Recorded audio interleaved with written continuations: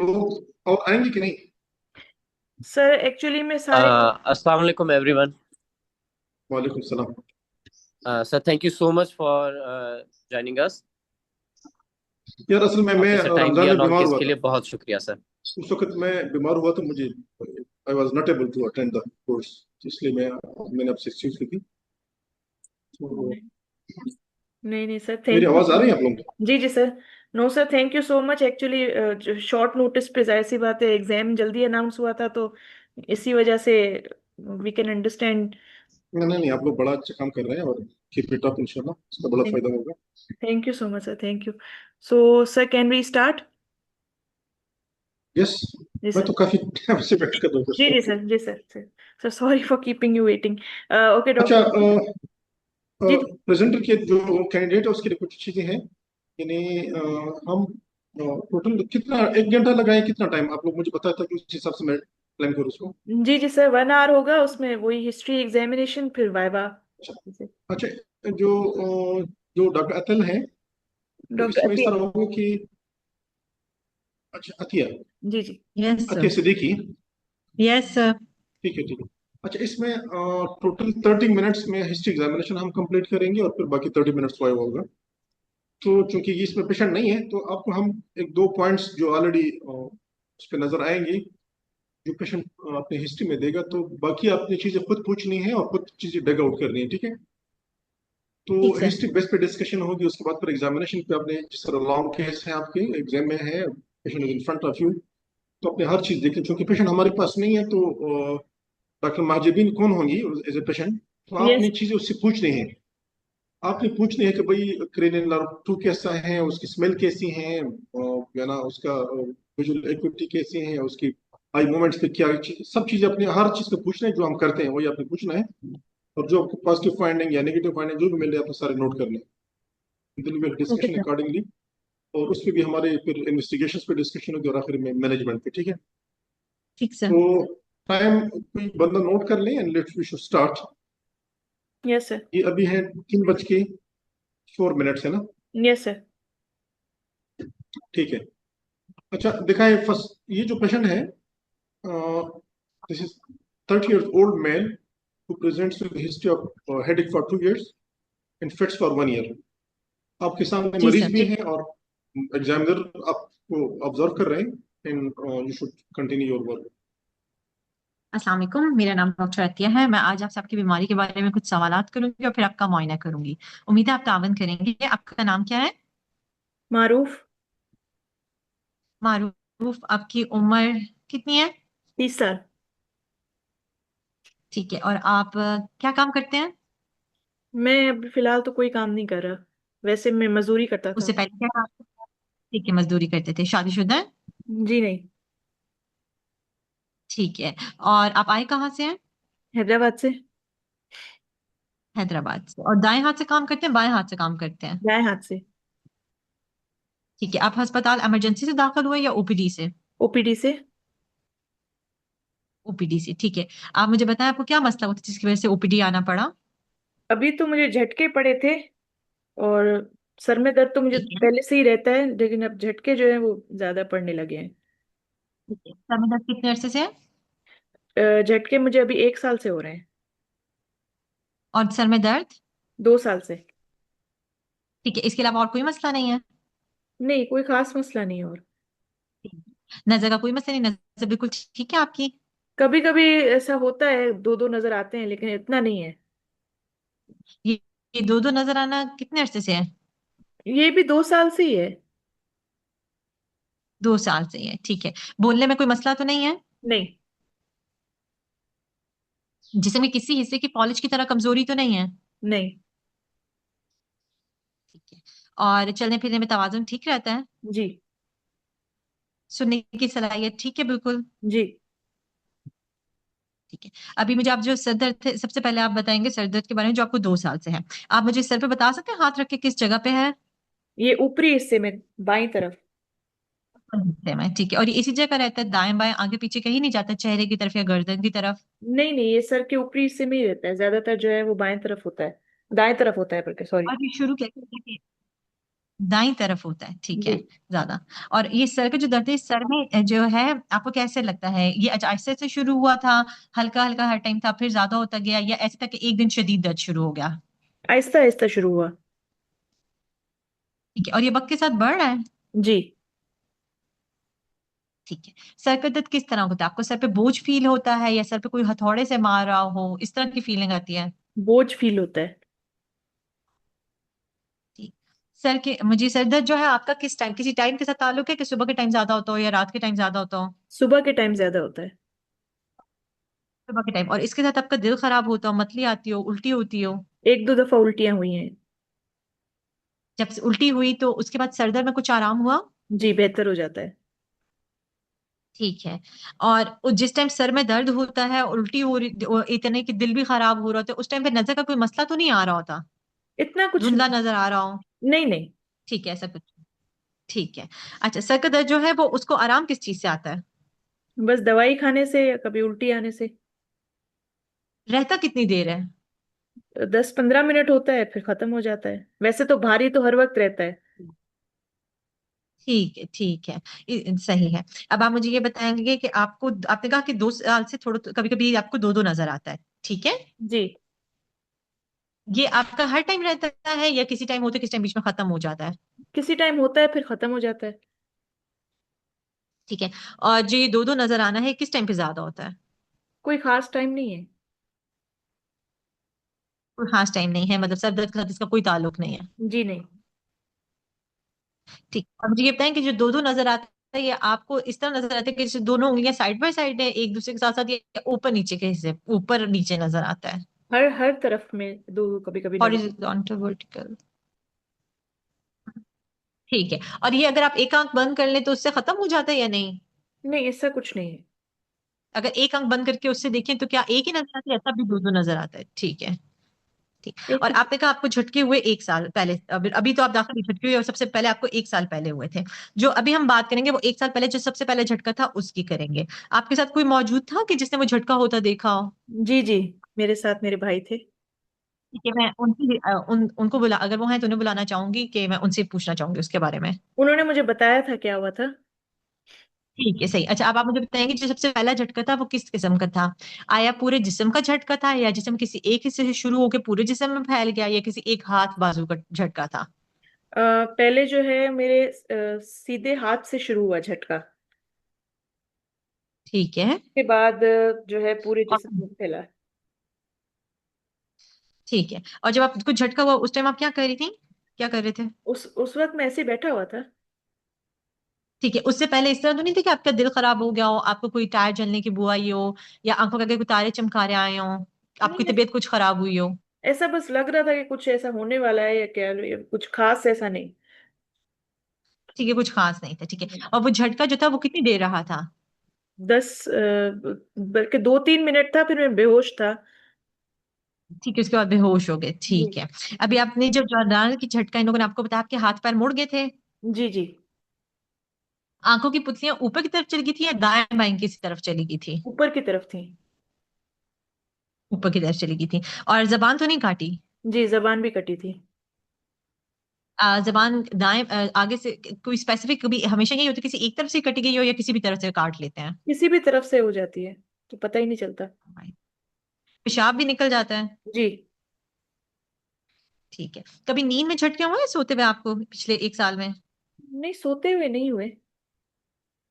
ठीक है। जब आप होश में आ जाते हैं तो उसके बाद 2-3 मिनट के बाद, तो उसके बाद आपको ऐसा होता है जिसमें किसी हिस्से की कमजोरी हो, या यादाश्त की कमजोरी होती है, या नजर की कमजोरी हो, या बोलने में मसला हो? थोड़ा एक हिस्से की, सीधे हिस्से की थोड़ी कमजोरी एक दफा हुई थी, फिर सही हो गई। ये कितनी देर के लिए रही थी वो? आधे घंटे के लिए। ठीक है।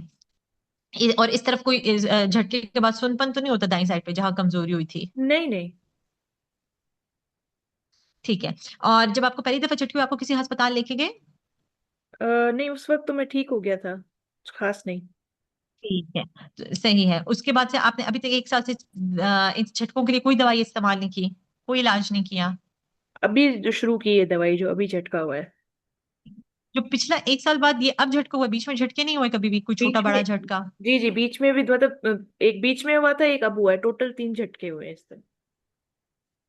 ठीक है, तो अभी वाले झटके की नौयत पहले झटके से कुछ मुख्तलिफ थी? वैसे ही बिल्कुल। बिल्कुल उसी तरह था, उतने टाइम का था, ठीक जी। है।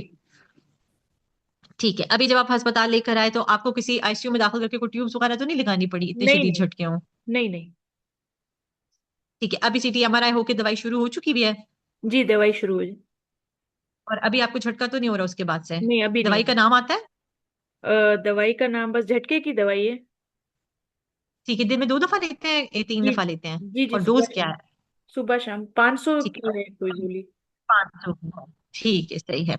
अच्छा, अभी आपने मुझे बताना है कि आपके घर वालों ने ऐसे नोटिस किया हो कि आपकी आदतों में कोई तब्दीली आ गई हो, आप बहुत ज्यादा अभी खामोश रहने लगे हो, अलग थलग रहने हो गए हो, अपनी सफाई सुथराई का ख्याल ना रखते हो? ऐसा नहीं है। ठीक है, छोटे बड़े पेशाब का कंट्रोल ठीक है? हाँ, अभी तो सही है। ठीक है, घर का रास्ता तो नहीं भूलते हैं? नहीं। जिस्म के दोनों हिस्से बराबर महसूस होते हैं? किसी जी ऐसा तो नहीं एक ही चप्पल में दोनों पैर डालते हो? जी। नहीं। हिसाब किताब ठीक कर लेते हैं, सौदा सल्फ ले आते हैं अपना घर का? जी जी, कर लेते हैं। ठीक है, सही। आंखों के आगे तारे चमकारे तो नहीं नजर आते? नहीं। अभी इस तरह तो नहीं आपके हाथ पैर का साइज एकदम से बहुत बड़ा होना शुरू हो गया हो? जी। चेहरे के में तब्दीली आना शुरू हो गई हो, नाक फैल गया हो, इस तरह की कोई चीज? नहीं नहीं, ऐसा कुछ नहीं। कोई, ठीक है। और बहुत ज्यादा सर्दी या गर्मी तो नहीं लगती, वजन बहुत ज्यादा तो नहीं हो रहा? नहीं नहीं। पेट पे नीले रंग के निशान तो नहीं है? नहीं सीढ़ियां चढ़ते हुए ऊपर वाली सीढ़ी आराम से देख लेते हैं, कोई मसला तो नहीं होता? नहीं। नहीं, कोई मसला नहीं। चलते चलते कभी ऐसे तो नहीं हुआ कि टांगों में से सांस निकल जाए और अभी एकदम से गिर जाए? नहीं नहीं। ठीक है। अच्छा, अभी बैठे बैठे जिसम हिल तो नहीं रहा होता? किसी ने कहा आंखों की पुतलियां हिलती रहती है या आप हर टाइम डोल रहे होते हैं? नहीं नहीं। हाथ किसी चीज को पकड़ने के लिए, ग्लास या प्लेट लेने के लिए आगे करें और हाथ कांपना शुरू कर ले? नहीं सही है। चलते चलते टांगे अकड़ तो नहीं जाती हैं? नहीं। खुशबू बदबू का ठीक पता चलता है? जी। ठीक है, आंखों की दोनों तरफ बराबर नजर आता है कि जब आप सीधा सामने देख रहे हो आपको दाएं बाएं अपने कंधों के साइड से गुजरते हुए लोग नजर आते हो? सही नजर आता है। अच्छा, रंगों की पहचान कर लेते हैं? जी जी। आंखों की पुतलियों को ऊपर नीचे दाएं बाएं सब तरफ हरकत दे सकते हैं? जी। ठीक है। चेहरे के ऊपर कोई सुनपन तो नहीं है या खाना चबाने में मसला तो नहीं होता है? नहीं नहीं। दोनों आंखें दोनों प्रॉपर बंद हो जाती हैं? खाना मुंह पे लकवे की तरह एक तरफ से टेढ़ा तो नहीं है, एक तरफ से पानी गिरता हो पीने पे या नहीं सालन नहीं। वगैरह? जी नहीं। ठीक है। और खाना निगलने में मसला तो नहीं है, गले में फंसता तो नहीं है, नाक से पानी वापस तो नहीं आता? नहीं नहीं। जबान की हरकत में कमजोरी तो नहीं है? नहीं कमर के किसी हिस्से में दर्द तो नहीं है? नहीं। ठीक है, दिमाग का या सर का पहले कोई ऑपरेशन तो नहीं हुआ, छोटा बड़ा कोई, कैमरे से, लेजर से, या कोई शॉ लगी हो? नहीं, ऐसा अभी तक कुछ नहीं। ठीक है, जिसमें किसी हिस्से का पहले कैंसर तो नहीं रहा? नहीं। छोटे पेशाब बड़े पेशाब में खून आता हो या खांसी में बलगम में खून आता हो? नहीं, ऐसा नहीं। हर टाइम खांसी तो नहीं रहती है कि दायमी खांसी हो काफी अरसे से, वजन कम हो रहा हो, रात को बुखार होता हो? नहीं, ऐसा कुछ नहीं है। घर में किसी को टीबी तो नहीं है? नहीं। हकीमी कोई दवाई इस्तेमाल की आपने सर समय? कुछ खास नहीं, दर्द की दवाई बस ले लेता था। कोई सफेद रंग की छोटी छोटी गोलियां तो नहीं दी हैं जो दो दो अभी 3 दिन करके लेनी अभी होती हो, या शुरू सफेद किया। पाउडर? अभी शुरू अब किया। शुरू किए, कितने अर्से हो गए? अभी 2 दिन से जिम में दाखिल हुआ हूँ। तो 2 दिन से शुरू किया, ठीक है। और कभी खून तो नहीं लगा आपको? नहीं। ठीक है, बुखार तो नहीं रहता ना? नहीं।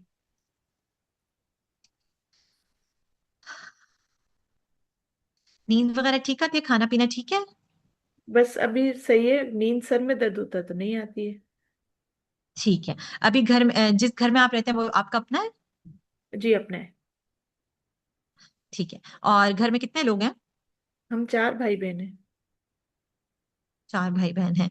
और वालिद साहब क्या करते हैं? वालिद साहब की वफात हो गई। अच्छा, सॉरी। और घर का गुजर बसर आराम से हो जाता है? हाँ, बस अल्लाह का शुक्र है। अच्छा, खानदान में किसी को आपकी तरह मिर्गी के झटके पहले पड़ते हो या इस तरह की बीमारी हो? नहीं नहीं। और आपको बचपन में तो कभी झटके नहीं लगे ना पहले? नहीं नहीं, कभी भी नहीं। ठीक है, I am done with my history. Sir. आपकी हिस्ट्री हो गई ना? Yes sir. ओके, एग्जामिनेशन पे ध्यान रहता है, ठीक है। ठीक है सर, ओके। ओके, अभी मैं आपका मुआयना शुरू करूंगी। अच्छा, should I sir give the GP और डू इट? उसको छोड़ दें, बाकी चीजें करें। अच्छा, सबसे पहले मैं आपसे कुछ सवाल पूछूंगी, ये आपका दिमाग की सलाहियत देखने के लिए है, तो इन पे खफा नहीं होना। अच्छा, आप मुझे ये बताएं, अभी सबसे पहले हम कौन से शहर में हैं? हैदराबाद में। हैदराबाद में, ठीक है। और सुबह दोपहर शाम कौन सा हिस्सा है दोपहर हुआ है। दिन का? दोपहर हुआ है, ठीक है। और आपके साथ, आप किसके साथ आई हैं, मैं अपने आए भाई हैं के साथ। अस्पताल? मैं भाई के साथ आया हूँ। ठीक है, अल्लाह ना करे अभी आप जिस जगह बैठे हुए यहाँ पे जलजला हो और छत जमीन सॉरी बिल्डिंग गिरने लगे, तो आप क्या करेंगे? मैं उसी वक्त यहाँ से निकलने की कोशिश करूंगा। Meanwhile doing this I would like to do the pronator drift. मैं अपने पेशेंट के दोनों हाथ के कम्युनिकेशन के दौरान स्ट्रेट कर लूंगी और मैं आईज क्लोज करवा लूंगी, देखूंगी कि प्रोनेटर ड्रिफ्ट है या नहीं है। और उस प्रोनेटर ड्रिफ्ट के साथ ही मैं राइट लेफ्ट डिसोसिएशन चेक करना चाहूंगी कि पेशेंट के पहले राइट नहीं, हैंड पे टैप कर लूंगी, देखिए, फिर आप लेफ्ट हैंड पर। आप पूछिए permanent है कि नहीं है, अगर है तो बता दीजिए, अगर नहीं तो सॉरी, नहीं बताइए। ओके और आप सर, ऐसा करिए, प्रोनेटर, बस मरीज मरीज बस फीमेल पेशेंट हो, ताकि आप लोग को बोलने में जरा हो ना, पेशेंट को ओके ऐसे ओके, फीमेल ठीक पेशेंट है देखे, ठीक है। ठीक है ठीक है। प्रोनेटर ड्रिफ्ट पॉजिटिव है या नहीं? फाइंडिंग्स सर मैं दिखा दूं अभी या? नहीं नहीं, आप बताएं है या नहीं ये चीजें, यस सर, फ्लोरिडा ड्रिप जो ड्रिप चीज वो पूछ पॉजिटिव है। रहे हैं, अगर है, राइट साइड पे है सर, पॉजिटिव। ठीक है। ठीक है, राइट साइड पे प्रोनेटर ड्रिफ्ट पॉजिटिव है। और राइट लेफ्ट डिसोसिएशन तो नहीं है पेशेंट को? नहीं। ठीक है। अच्छा, और आपने मुझे ये बताना है कि अब मैं आपको 3 लफ्ज बताती हूँ और ये मैं आपसे थोड़ी देर बाद पूछूंगी, ठीक है? रोटी कपड़ा मकान, जो ये भुट्टो का नारा था, आपने याद रखना है, ठीक है? ठीक है। ठीक है। अच्छा, अब आपको हिसाब किताब तो आता है, मैं आपसे पूछती हूँ, 10 × 10 कितने होते हैं? 20। ठीक है, और 20 में से 8 निकालो। 12। बेहतरीन, ठीक है। और ग्लैबुलर टैप पॉजिटिव है पेशेंट का? No, negative. नेगेटिव है। पामोमेंटर? नेगेटिव। स्नाउट? सही है। स्नाउट नेगेटिव है, ठीक है। और पेशेंट का स्टेरिग्नोसिस, एस्टिरोग्नोसिस। चाबी वगैरह में रखी हूँ? एस्टिरोग्नोसिस नहीं है। सॉरी, नहीं है, नॉर्मल। स्टेरिग्नोसिस है, ठीक है। और फिंगर इग्नोसिया? नहीं। ठीक है। अभी क्रीनेला 1 पेशेंट का सेंस ऑफ ऑल्फैक्शन, मैं ये बताऊं मैं किस तरह करूंगी या सिर्फ पूछती जाऊं सर? आप पूछते जाए। ठीक है, सेंस ऑफ ऑल्फैक्शन इंटैक्ट है पेशेंट का? इंटैक्ट है। विजुअल एक्टिविटी नॉर्मल है? नॉर्मल है। Bilaterally normal. नॉर्मल है, ठीक है। और विजुअल फील्ड्स भी नॉर्मल है? जी। कंप्यूटेशनल, हाँ। Colour vision? विजन सारा इसमें इंटैक्ट है। ठीक है, विजन इंटैक्ट है। फंडोस्कोपी पे कोई फाइंडिंग? नहीं। नेगेटिव, ठीक। और एक्स्ट्राओकुलर मूवमेंट्स नॉर्मल है? नॉर्मल है। ट्रेन ऑफ 346, ठीक है, 346 नॉर्मल है। अकोमोडेशन और डायरेक्ट इनडायरेक्ट सब कुछ ठीक है? ये भी नॉर्मल है। फेशियल नर्व 7 इंटैक्ट है? इंटैक्ट है। और 5 भी टेम्पर मस्टर मसल्स और ये टेरिकॉइड्स वगैरह सब कुछ नॉर्मल है सेंसरी V1 V2 V3 में? नॉर्मल है। ठीक है। गैग इंटैक्ट है? मिडलाइन यूवुला है? Mid line.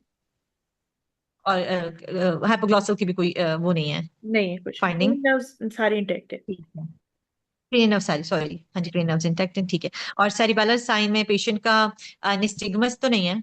नहीं है। Scanning speech? नथिंग। वो तो हिस्ट्री होगी नहीं थी, ठीक है। और पेशेंट का finger nose negative. Test normal? Dysdiadochokinesia negative? Negative. Rebound negative. Phenomena? Tone bilaterally in upper limb reflexes? थोड़ी टोन राइट साइड पे माइल्डली इंक्रीज्ड है। otherwise it's normal. और पावर इंटैक्ट है राइट साइड पे? पावर इंटैक्ट है. ठीक है, सेंसिटी भी नॉर्मल है, पावर भी इंटैक्ट है. हॉफमैन? Hoffmann negative. ठीक है. पेशेंट का एटेक्सिया तो नहीं है? एटेक्सिया नहीं. ठीक है. और पेंडुलर नी जर्क? नहीं. ओके. पेशेंट का Romberg? Negative. Normal gait, tandem gait? Normal है. टेंडम गेट नॉर्मल है. लो लिम एग्जामिनेशन पे power, sensory, SLR, clonus, FABER? सिर्फ प्लांटर राइट अप हुई है, बाकी सब सही है. राइट प्लांटर अप होंगे. Spine examination unremarkable? अनरिमार्केबल. ठीक है. और कोई स्ट्रायास्टिगमेटास नहीं है किसी भी क्यूटेनियस डिसऑर्डर के, न्यूरोक्यूटेनियस डिसऑर्डर के? नहीं नहीं, कुछ भी नहीं. कैफेले स्पॉट वगैरह नहीं? और चेस्ट ऑस्कल्टेशन पे नॉर्मल है? एब्डोमिनल कोई ऑर्गेनोमेगली नहीं है? कुछ कोई नहीं. वो नहीं है, स्टिग्मेटास नहीं है, कोई स्कार्मा? नहीं नहीं, ठीक है. सिस्टमिक ठीक है, एग्जाम नहीं. Thank you. ठीक है, थैंक यू. वेलकम. तो दीज आर द फाइंडिंग्स जो मैंने अभी बता दी. ठीक है. राइट, एक मिनट मैं लिख लूँ. Right pronator drift, stiff, right plantar. ठीक है जी.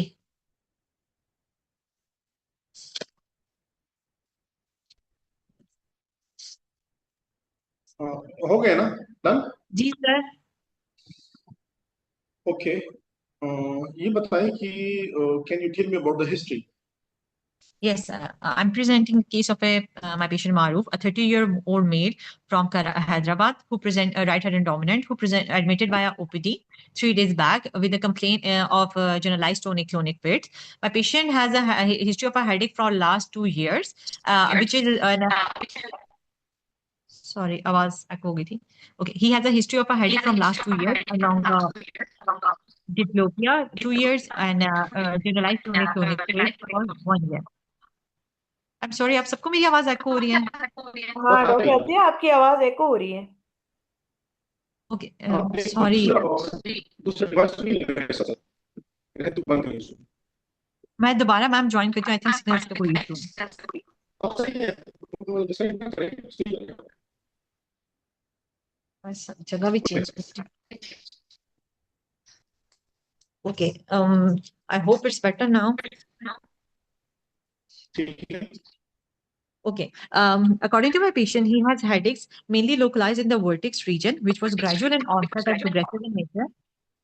And it is more like a sense of heaviness over his vertex.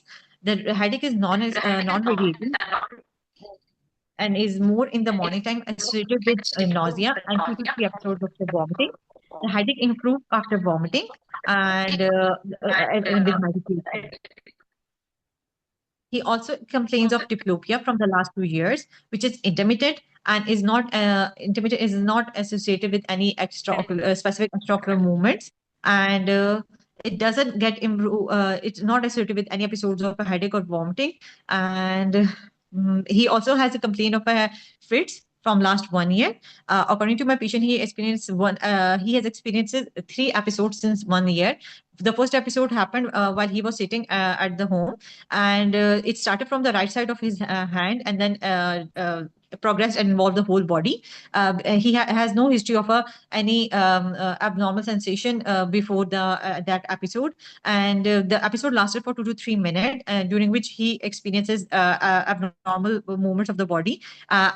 His eyeballs turned up while there is a history of a tongue bite and incontinence. He has never experienced any episode during the sleep, and after the fits, once he has experienced episode of a weakness on the right side of the body, which lasted for 30 minutes and then improved of his own. He has never consulted any doctor, but last time after the 3rd episode, he was brought to the hospital where his imaging was done, and he is admitted and started on an epileptic drug with a dose of a 500 mg in a BD dose.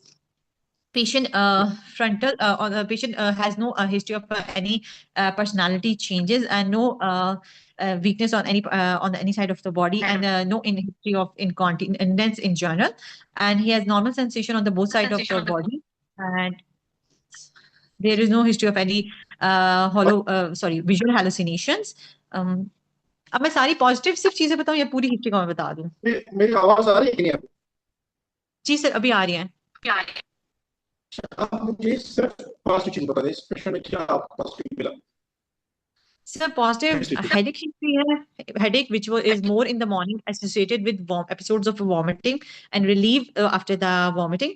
Along with that, patient has a history of a focal fits which progressed into generalized chronic fits, 3 episodes in the last 1 year, and 1 episode associated with post-ictal weakness, torpor paralysis, and diplopia intermittent, which does not improve with eye closure of one side. So, on the basis of your history, what do you think? Where is the problem? Sir, I think the pathology lies in the supratentorial compartment. Where is the supratentorial compartment? Sir, on the left side of brain. Left side पे कहाँ पे? So there is a Where on the history left of side? sir, mainly frontal region, frontal lobe. Frontal region. So why you Yes, say sir. it is in the frontal region? Sir, because my किस patient has a history, the headache, the fit started from the right hand. And also there is a history of a weakness of the right side of the body for 30 minutes. So I'm assuming the lesion is mainly a lesion, or either edema is around motor strip on the convexity part because of that, these findings. ये बताइए, इस patient को कोई post एक्टल amnesia या weakness वगैरह होती है? Sir इन्होंने कहा एक एपिसोड इन्हें 30 मिनट की हुई थी वीकनेस की एक दफा। और कोई एमनेसिया वगैरह आती है और है? सर इन्होंने कहा ऐसा कुछ भी नहीं होता। आपने पूछा था? सर मैंने पूछा था कि कोई नजर का मसला, कोई बोलने में मसला, कोई यादाश्त का, उन्होंने कहा नहीं, सिर्फ वीकनेस उन्होंने कहा था है। ओके, तो ये बताइए कि what's the patient diagnosis now? Sir, a 30-year-old with a 2-year history. So it's maybe it's a main likely a neoplastic lesion, maybe a low-grade glioma. ठीक है, इसको ग्रेड फाइव। Yes, sir. और क्या? Sir, it's a history of slowly progressive, or it can be.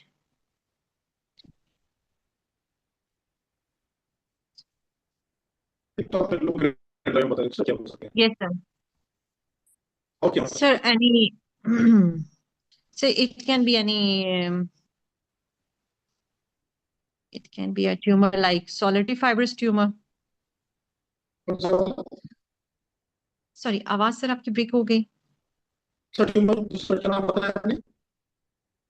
So मैंने कहा maybe any extraaxial lesion like meningioma, or it can be a hemangiopericytoma.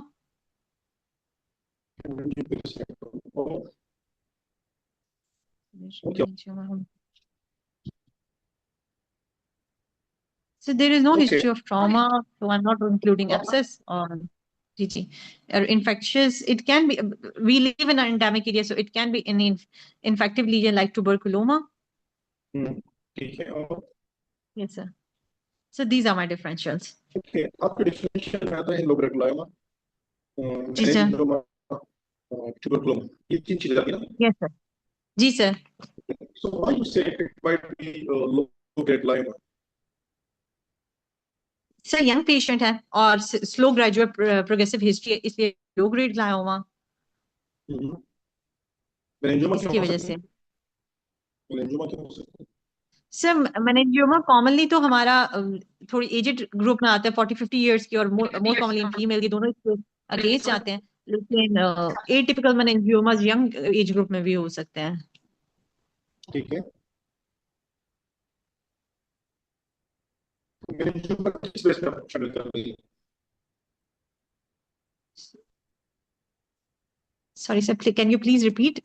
मेरी signal का issue है। मेनिंजियोमा की शामिल कर रही है डिफरेंशियल डायग्नोसिस में, तो क्या पॉइंट्स इस पे आप मिले जिस पे आपके मेनिंजियोमा शामिल किया? I'm sorry, I cannot hear anyone. अच्छा, आपने इस सेशन में मेनिंजियोमा में शामिल किया ना? ये आवाज आ रही है? जी सर, जी आवाज तो एक्चुअली ब्रेक बहुत हो रही है सर। ये बताएं कि क्या पॉइंट्स थे जिस बेस पे आपने मेनिंजियोमा शामिल किया इस पेशेंट के डिफरेंशियल डायग्नोसिस लिस्ट में? सर इनकी हिस्ट्री है मेरी वो आवाज जी आ रही है ठीक है, सर, मेनिंजियोमा की ठीक है। रीजंस। हम्म, बोले।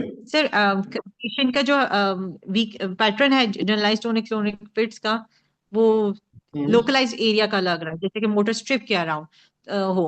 तो इस वजह से मैंने उसको किया है ठीक कि है, अक्सर जो कन्वेक्सिटी मेनिंजियोमास होते हैं जो कि मोटर स्ट्रिप के अराउंड होते हैं, उनका ये इस तरह का जैक्सोनिया पैटर्न होता है फिट्स का।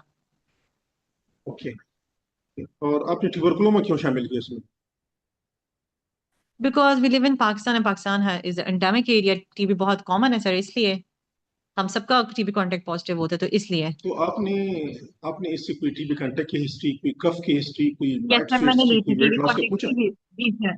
कोई हिस्ट्री इनकी पॉजिटिव नहीं है, लेकिन जनरली टीबी कांटेक्ट तो पाकिस्तान में हर किसी का ही होता है, क्योंकि every other person, a lot of people have tuberculosis in Pakistan. और if I'm not wrong, we are on the 6th index I think TB पे। और सर पेशेंट की कफ की उसकी हिस्ट्री नहीं है, लेकिन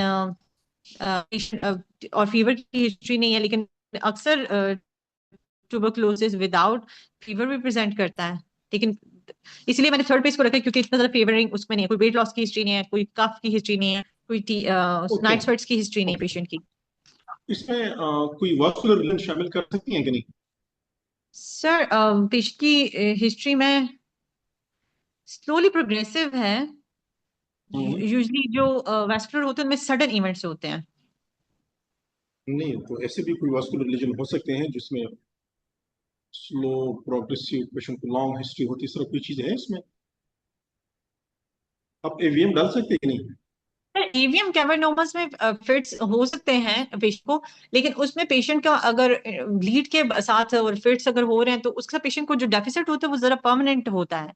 मेरे पेशेंट को कोई भी डेफिसिट नहीं है। नहीं, जरूरी तो नहीं कि हर पेशेंट में ब्लीड हो जाए। ब्लीड कितने परसेंट एवीएम में होती है? सो 5%, 5 to 8 कितने परसेंट, कितने 5 to 8%। एवीएम एवियम के नहीं पेशेंट जो करेगा। प्रेजेंटेशन करते हैं तो उनकी टॉप प्रेजेंटेशन कितने परसेंट में क्या होती है? ब्लीड की कितनी परसेंटेज प्रेजेंटेशन होती है?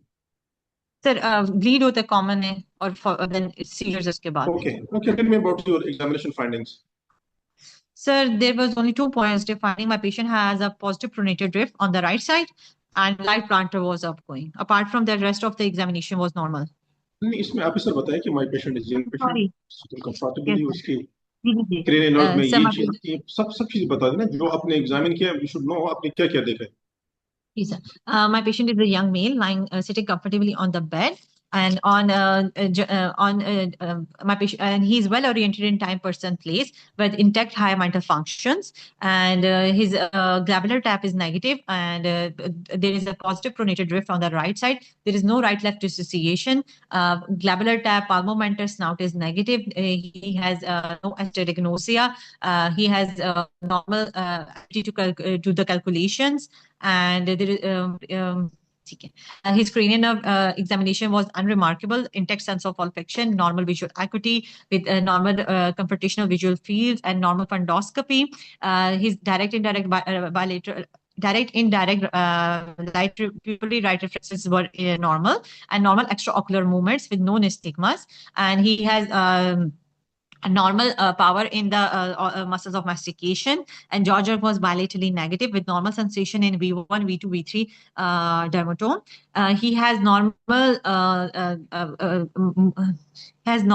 normal facial muscle movements, and normal sense in extraocular extra auditory meatus on inspection was normal, and normal hearing bilaterally. So I skipped the Weber and Rani since this whispering was normal. And my patient, he has intact midline uvula, so I skipped the gag and Rani. His cuff reflex was normal, and he is able to shrug his shoulder and turn his neck bilaterally with the normal thickness and no fibrosis of the sternocleidomastoid.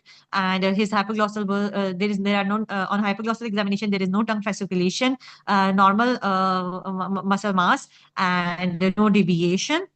His cerebellar examination was unremarkable. There was no nystagmus, no pars pondy, no diadodyskinesia, no rebound phenomena, normal tone, no hyperreflexia, and Okay. no weakness. Okay.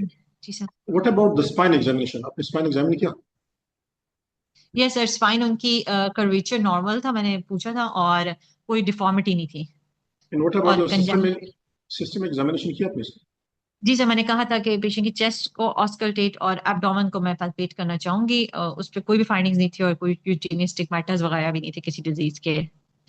Okay, so now after taking history and after examining this patient, what do you think? Where Yes, is the sir. problem? Where is the pathology? How can you So the localize? Where do you pathology localize? is on the left supratentorial compartment, and Why it is on the left supratentorial compartment? What the is the patient reason? has a right pronator drift and right plantar positive. Right Upgoing. plantar, right front. और कुछ चीज है Right इसमें? plantar और right और कुछ चीज pronator. supratentorial के फेवर में कोई और चीज है? Sir, right pronator drift. वो तो बता दिया आपने, कोई और चीज. सर प्लांटर और pronator drift थी, दो ही फाइंडिंग्स ये थी. नहीं, देखिए अभी हमने एग्जामिन भी किया और हमने हिस्ट्री भी ली, हमारे पास डबल इंफॉर्मेशन है. अच्छा जी जी, इन सबको मिला के बताऊं? यस यस बिल्कुल, अभी तो अपने दोनों Sir, my patient has a history of fits. Fits are more commonly in the supratentorial region, and he has a history of a fit जो कि right side से start हो रहे हैं. फिर मेरी और उसकी post ictal phase में torn paralysis की भी history right side की arm Okay. की ही right side की है. ये बताएं कि इस पेशेंट में आप लेफ्ट साइड बता रहे, तो लेफ्ट में कहाँ पे आप लोकलाइज कर रहे हैं लीजन? Sir, left side का frontal lobe more likely. Why frontal? Sir क्योंकि मोटर वीकनेस की हिस्ट्री है, और राइट प्रोनेटर ड्रिफ्ट और प्लांटर पॉजिटिव है, और टॉर्ट पैरालिसिस भी उसी साइड का था, मतलब Okay. राइट साइड का था, उसके कॉन्ट्राडेटर. फिर मेरे वही क्वेश्चन है कि what is your differential diagnosis now? Sir more likely a low grade glioma, top one. Low grade glioma. दूसरा क्या है? दूसरा क्या बताया आपने? Sir it can be a meningioma. Meningioma क्यों है और क्यों नहीं है? सर मेनिंजियोमा इसलिए क्योंकि कन्वेक्सिटी मेनिंजियोमा की प्रेजेंटेशन इसी तरह होती है कि वो जैक्सोनिया मास फिट्स के साथ ही पेशेंट प्रेजेंट करता है, और उसमें कौन सी कन्वेक्सिटी मेनिंजियोमा जैक्सोनियन फिट्स दे रही है, कौन से वाला? जो बिल्कुल कन्वेक्सिटी पे होगा मोटर स्ट्रिप के पास. But Jacksonian is because of the parasagittal. Parasagittal, yes sir. उसमें होता है कन्वेक्सिटी में, तो जैक्सोनियन टाइप आपको नहीं मिलेंगे. Yes yes yes yes. तो Sorry. मेनिंजियोमा, और ये मेनिंजियोमा की फेवर में फाइंडिंग नहीं है. कौन सी फाइंडिंग होनी चाहिए जो कि इस पेशेंट में क्लिनिकल एग्जामिनेशन जो आपको नहीं मिल रही? आपने इसका बोन पल्पेट किया? नो सर, हाइपरोस्टोसिस होता तो उसके से बोन शायद. वहाँ पे लेकिन स्वेलिंग भी हो सकती है. आपने देखो कई मेनिंजियोमा ठीक है. बिल्कुल बोन की स्वेलिंग होती है, तो you should always first time habit to Okay, palpate the bone. ठीक है. Okay sir. आपने ट्यूबरकुलोमा बताया था ना? तो yes sir. why this patient has tuberculoma and why this patient must not have tuberculoma? Sir, including reason was because Pakistan is an endemic area. Is ये एक reason था. TB contact is positive in most of the people. Not including is because my patient doesn't have any history of a weight loss, any TB contact, or any history of a fever, night sweats. That's why. Examination पे क्या चीज उसकी favour में नहीं थी? Sir उसके कोई lymph nodes नहीं थे. आपने देखे थे? यस सर, एग्जामिनेशन पे जीपी स्किप हो गई थी सर. सॉरी. यहाँ पे तो जनरल फिजिकल एग्जामिनेशन नहीं की थी, तो कैसे आपको बिल्कुल पता मौका नहीं चाहिए थी.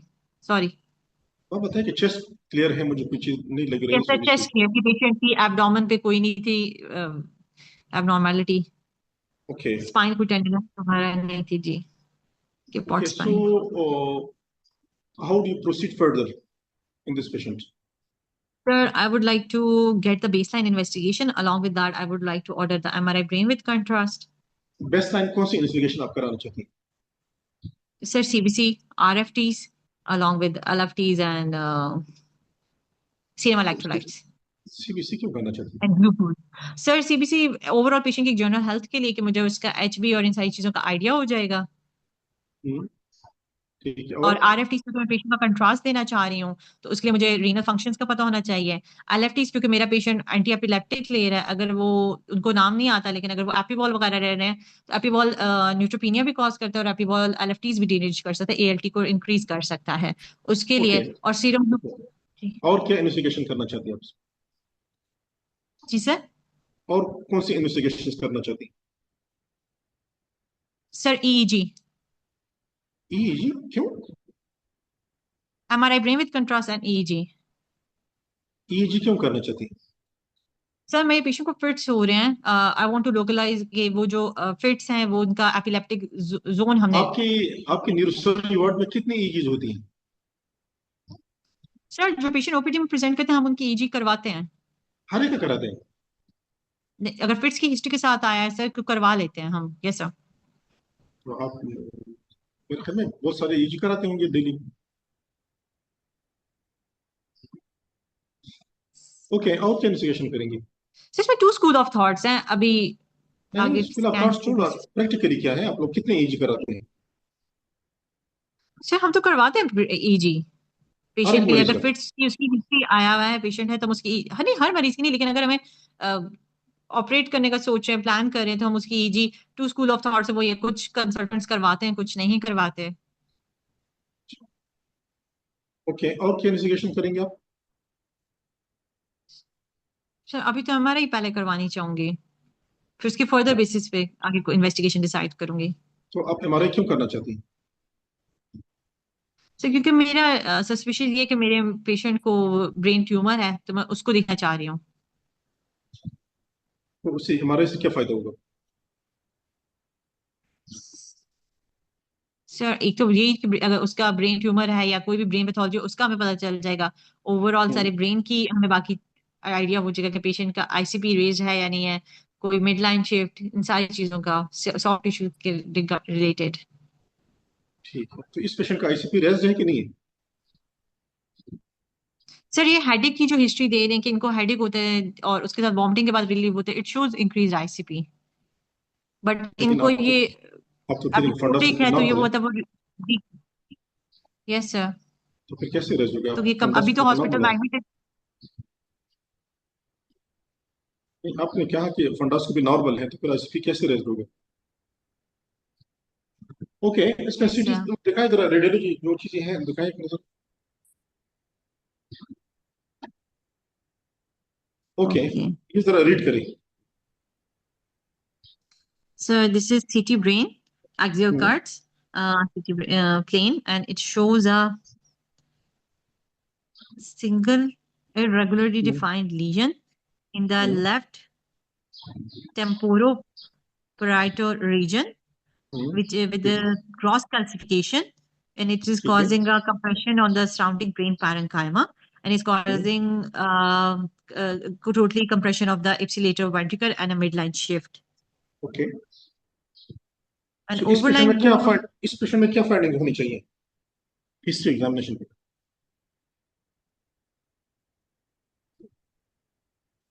से यही इसकी तो इस हिसाब से कोई अगर ये टेम्पोरोपराइटल रीजन है, पराइटल भी है, कोई सेंसरी डेफिसिट, कोई या सेंसरी राइट लेफ्ट डिसोसिएशन या ओके। ओके, मुझे हाइपोस्थीसिया। बताइए कि what is your differential diagnosis on the basis of this CT finding? So this is a highly calcified lesion in a young male. It can be oligodendroglioma ठीक है। और और serpentine vessels नहीं है, otherwise I would have concluded AVM. मुझे ठीक है। serpentine नहीं आती। और calcification can be meningioma, but I mean I can better comment if after seeing MRI तो ये कि आपको whether मेनिंजियोमा it's लग रहा है? intra। सर ये तो मुझे अभी इस पे मैं कमेंट नहीं कर सकती कि ये इंट्राएक्सियल, ये तो इंट्राएक्सियल शायद है, मेनिंजियोमा एक्स्ट्राएक्सियल होता है, इसलिए मैं MRI देख के कह सकती हूँ, लेकिन मेनिंजियोमा में भी कैल्सिफिकेशन होती है। और क्या डिफरेंशियल डायग्नोज आपका है इसका? कैल्सिफाइड लीशंस। खुद बताया था, ट्यूबरकुलोमा और ये सारी चीज क्या नहीं हो सकती? सर ट्यूबरकुलोमा इतना बड़ा। Yes sir. Okay, Okay, sir. और क्या इन्वेस्टिगेशंस करेंगे इसमें? Sir, MRI brain with contrast. MRI brain जरा दिखाएं, एमआरआई Okay. कंट्रास्ट So वाला this दिखाएं। is सर कंट्रास्ट आगे इमेजेस हैं। okay. ओके, ठीक इससे है। पहले वाला जो था वो दिखाएं जी।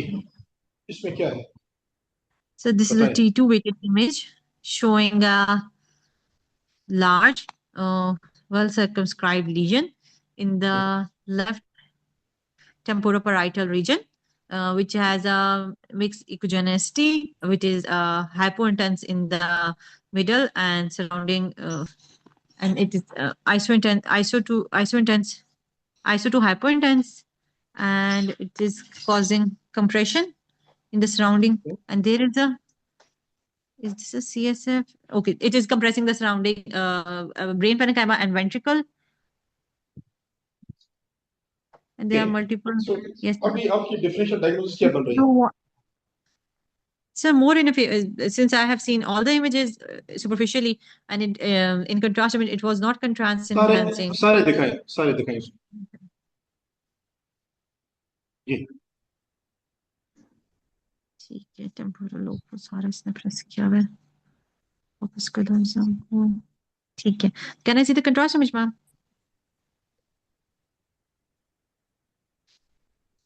Okay, non contrast enhancing. ये कंट्रास्ट है जी।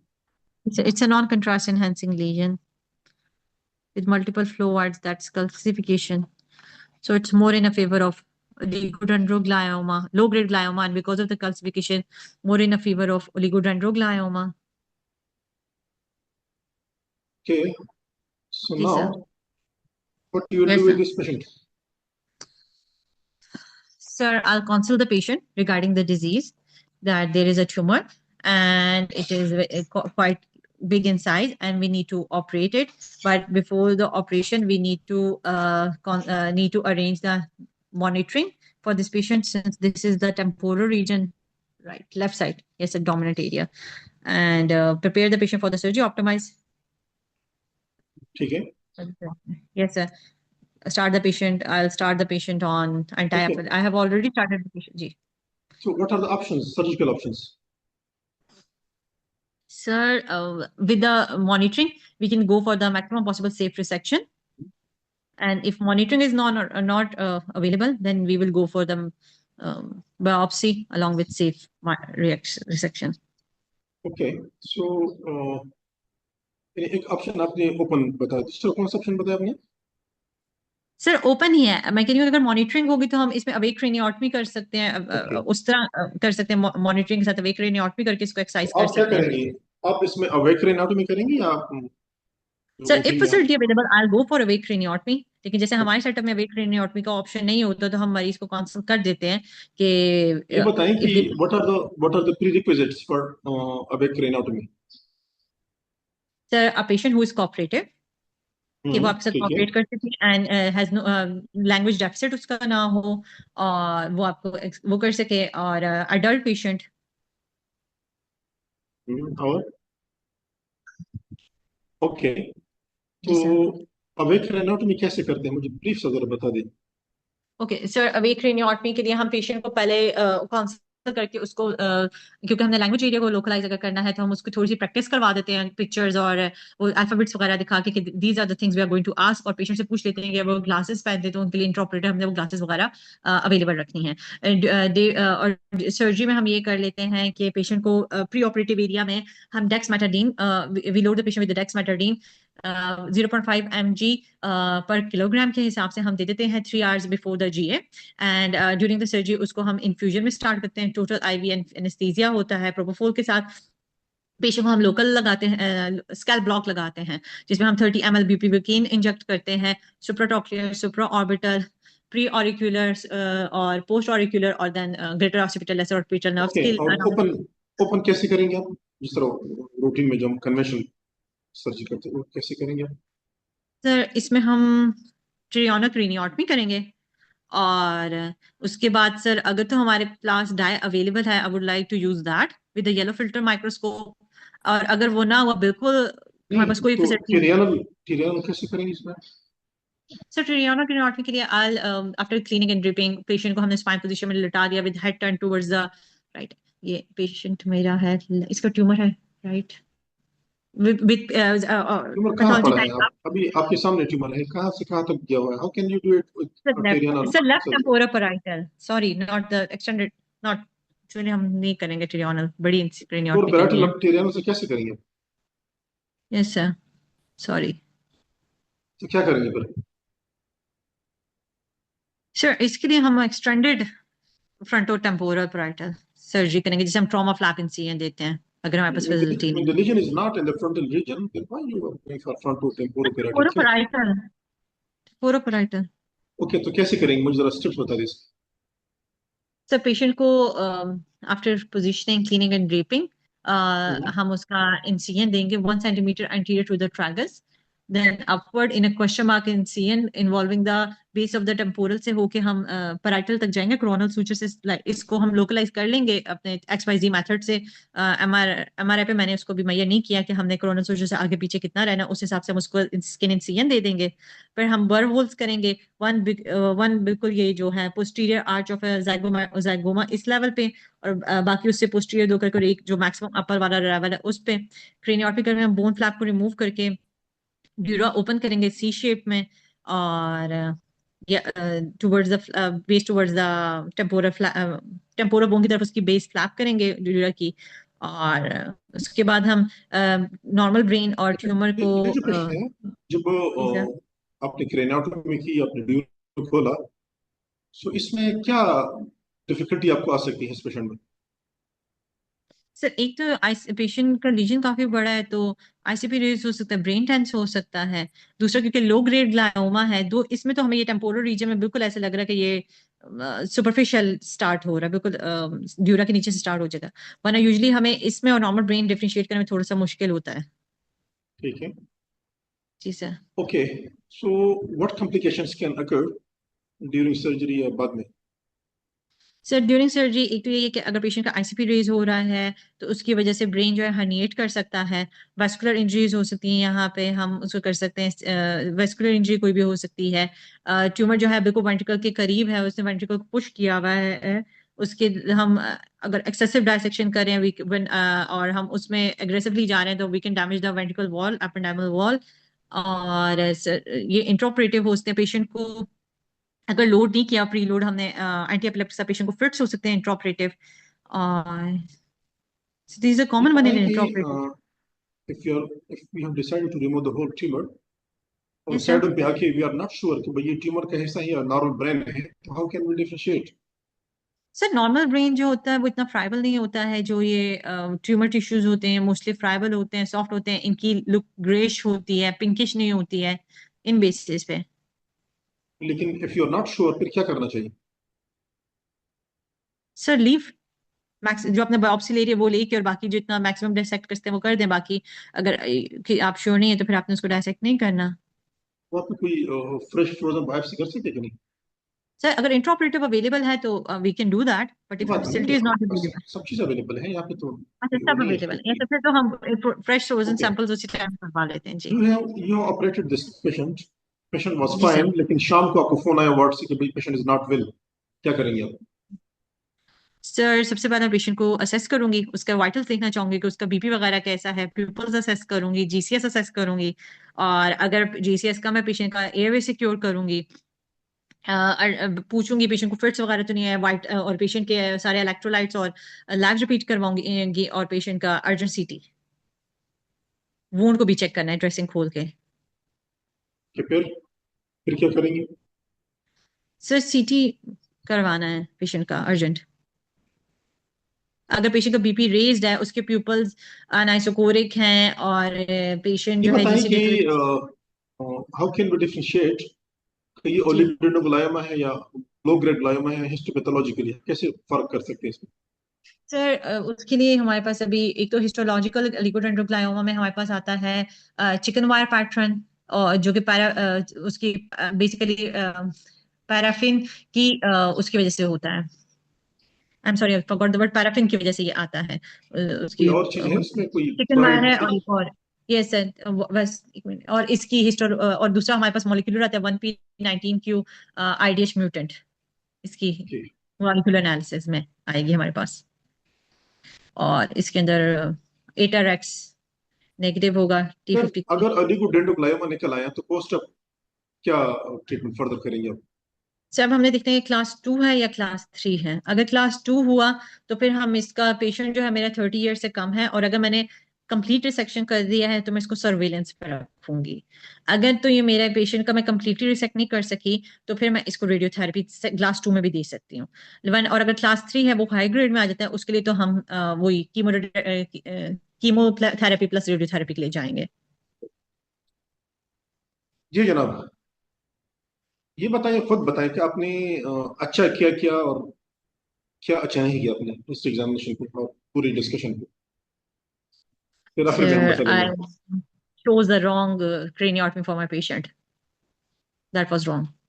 हिस्ट्री से स्टार्ट कर लेना। अच्छा, हिस्ट्री में क्या हिस्ट्री। कमी थी और क्या अच्छा किया, अपनी अच्छी बातें बताएं कि मैंने ये अच्छा किया और ये मैंने अच्छा नहीं किया।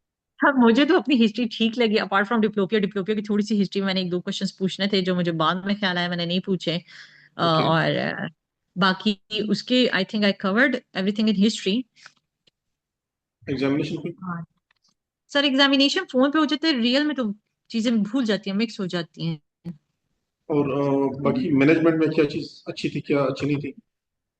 सर डिफरेंशियल्स का इशू, डिफरेंशियल्स मुझे नहीं आ रहे थे, मुझे पहले से डिफरेंशियल सोच के रखने चाहिए थे उतनी देर में साथ साथ। और ओके दूसरा क्रेनियॉट भी मैंने गलत चूज की, ये गलत था।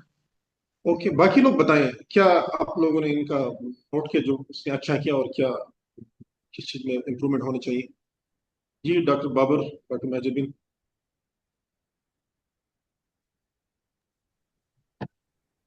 तो ओवरऑल तो अच्छा था। बस क्वेश्चंस जो हिस्ट्री पे ले रही थी वो थोड़े से रिडंडेंट थे, कि एक दो क्वेश्चन जो है वो बार हम्म, बार जो है वो थोड़ा पूछ रही थी, रिडंडेंसी थोड़ी कम हो। और दूसरा एग्जामिनेशन ठीक भी सही किया था, बिल्कुल कोई चीज़ सच मिस नहीं की थी। बाकी ठीक है। मैनेजमेंट पे जो है वो बाकी क्रेनियोटमी का थोड़ा इशू था। और जो हम्म, एडजंक्ट्स है उसके बारे में भी जो है ना इंट्रा ऑपरेटिव बताना चाहिए, जैसे क्यूजा है, माइक्रोस्कोप है, ये सारी चीजें, न्यूरो नेविगेशन है, इसके बारे में आपको जरूर बस बोलना होता है, आपके पास हो ना हो।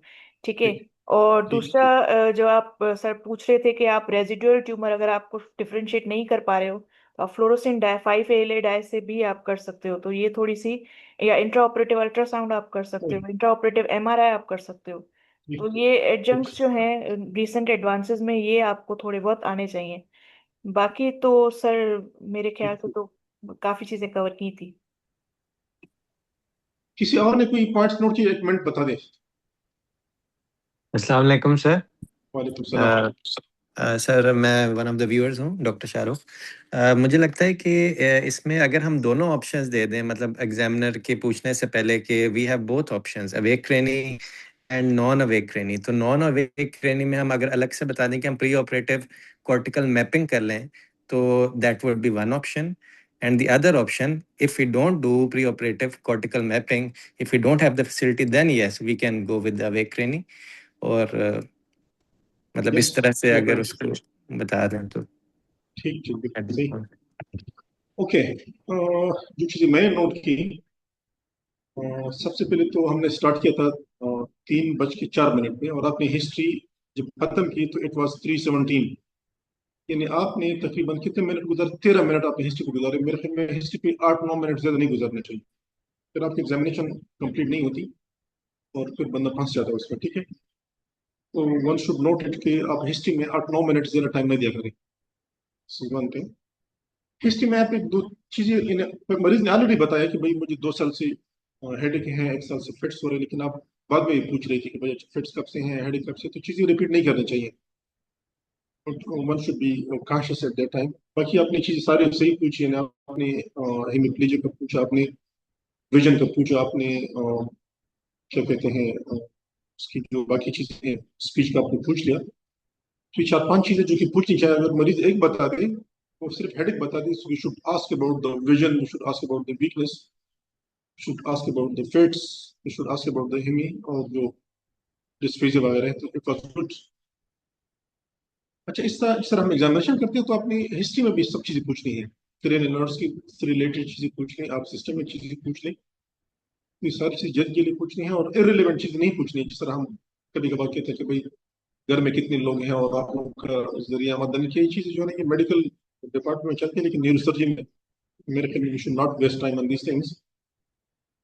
फिर जब वो डिफरेंशियल डायग्नोसिस की बात आती है तो आपने हिस्ट्री बेस पे, यानी आप सब चीज़ें सोचें हिस्ट्री में, तो आपके पास एक लंबी लिस्ट होनी चाहिए।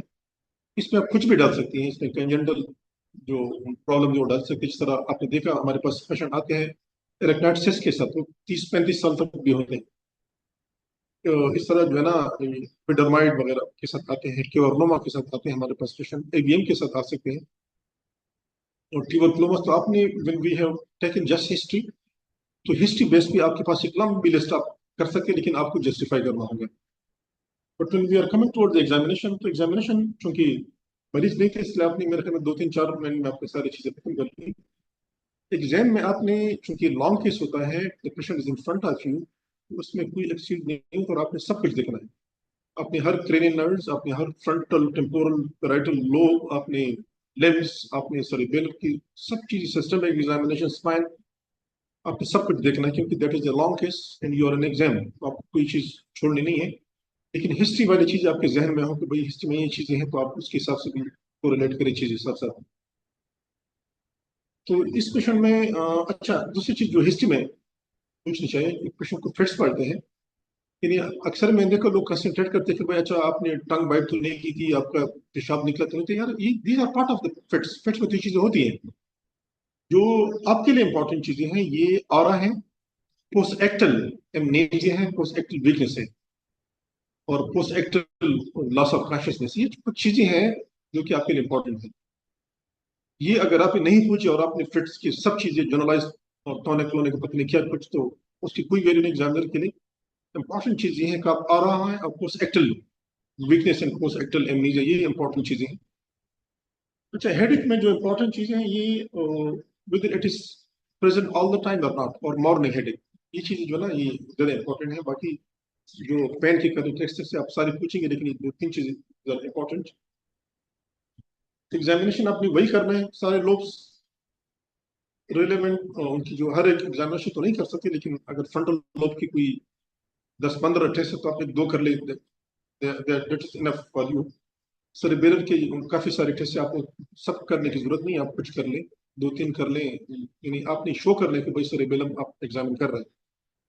लेकिन इंपॉर्टेंट चीज जो ऐसे मरीजों में है, इसमें चूंकि the lesion is on the left side, इसमें स्पीच एग्जामिनेशन मेरे ख्याल में आपने स्पीच एग्जामिनेशन नहीं की, विच इज वेरी इंपॉर्टेंट। यानी आपने उसकी रिपीटेशन, आपने उसका मोटर और उसका सेंसरी सारा चेक करना है। Pronator drift very important. Fundoscopy, अगर आपने क्रेनियल केस में फंडास्कोपी नहीं की तो समझ के आपको वहां केस गया, दैट इज वेरी इंपॉर्टेंट। और प्लांटर्स, बाकी आपने एग्जामिनेशन बाकी सारी पूरी की। अगेन मुझे थोड़ी सी डिफिशियंसी देखिए, देखिए हमारे पास लीजन्स क्या है, इन्हें ग्लायोमा है, मेनिंजोमा है, वास्कुलर लीजन है, कंजेंटल है, इन्फेक्शन है, 4-5 चीजें हैं। तो आपको इन 4-5 चीजों के बारे में सब चीजों का पता होना चाहिए। और इस मरीज में देखिए कि क्या फाइंडिंग्स आपको ट्यूबरकुलोसिस के फेवर में मिली, और कौन सी फाइंडिंग जो कि होनी चाहिए तो आपको नहीं मिली। बड़ी बड़ी चीज आपको ये 4-5 चीजों के बारे में पता होना चाहिए। मेनिंजोमा क्यों है, लॉन्ग हिस्ट्री है, क्यों नहीं है, भाई मेल पेशेंट है, यंग है, और मुझे कोई स्वेलिंग नहीं मिली तो नहीं भी हो सकता। ग्लायोमा क्यों है, लो ग्रेड, भाई लॉन्ग हिस्ट्री है, यंग पेशेंट है, इस तरह चीजें बताइए ना। ये जो बड़ी बड़ी चीजें हैं, वास्कुलर हो सकता है, यंग पेशेंट है, लॉन्ग हिस्ट्री है, फिट्स पड़ रहे हैं, नहीं भी हो सकती, क्योंकि वास्कुलर एवीएम वगैरह है, ये मोस्ट ऑफ देम 70% तक, 75%, 50-75% तक प्रेजेंट विद ब्लीड। आप इस तरह चीजें देखनी है आपको, कि जो 4-5 डिफरेंशियल डायग्नोसिस है उनकी सारी फाइंडिंग्स का हिस्ट्री की भी है, एग्जामिनेशन भी पता होना चाहिए, उस मरीज में आपको क्या मिली है क्या नहीं मिली। क्योंकि आपकी तकरीबन मेरे ख्याल में 30% या 25% तक नंबर जो है ये इस डिफरेंशियल की जस्टिफिकेशन किया, और जिस बंदे ने डिफरेंशियल जस्टिफिकेशन सही की, इसका मतलब इसको चीजें आती है, और बाकी एग्जाम उसके लिए इंतहाई आसान होता है। तो सबसे इंपॉर्टेंट चीज जो है ना, ये बड़ी बड़ी चीजें यू शुड नो, कि हमने ओलिगो में और हमने मेनिंजियोमा में और हमने ट्यूबरकुलोसिस में कैसे फर्क करते हैं क्लिनिकली, एग्जामिनेशन और हिस्ट्री पे। उसके बाद जब वो बात आती है उसके इन्वेस्टिगेशन की, तो आप लोग कोशिश करिए, क्योंकि आजकल तो एमआरआई का दौर है, चीज़ें अवेलेबल है, तो आप एमआरआई से स्टार्ट कर लें। बाकी जो रिलेवेंट वो है इन्वेस्टिगेशन है बाकी बाद में कर, लेकिन पहले एमआरआई कर लें। एमआरआई हमें दो तीन चीज़ें बताती है, एक तो हमें लोकेशन बताता है, दूसरा उसकी एक्सटेंशन बताता है, तीसरा वी आर प्लानिंग और मैनेजमेंट। अगर सर्जिकल है तो सर्जिकल प्लानिंग हम करते हैं, and then on the base of MRI अगर आपको ट्यूबरकुलोमा लगता है तो हम उसके हिसाब से फर्दर इन्वेस्टिगेशन करते हैं। अगर आपको मेनिंजियोमा लग रहा है तो हम सीटी स्कैन करते हैं और बोन थिकनेस देखते हैं। अगर आपको कोई वास्कुलर लीजन लग रही है तो उसमें हम एंजियोग्राफी करते हैं। तो आप चीजें एमआरआई के साइड से लीजिए, इधर उधर राइट लेफ्ट पे, ठीक है। बाकी जब वो उसने सीटी स्कैन दिखाया तो कैल्सिफाइड लीजन है, लॉन्ग हिस्ट्री है, क्या हो सकता है भाई? मेनिंजियोमा हो सकता है, ओलिगो हो सकता है, क्या कहते हैं, ट्यूबरकुलोमा हो सकता है, चार पांच चीजें। और इवन आप वो भी बता सकते हैं कि एवीएम, लेकिन चूंकि इसमें मुझे वास्कुलर फाइंडिंग नहीं मिल रही तो उसको आप एक्सक्लूड करें।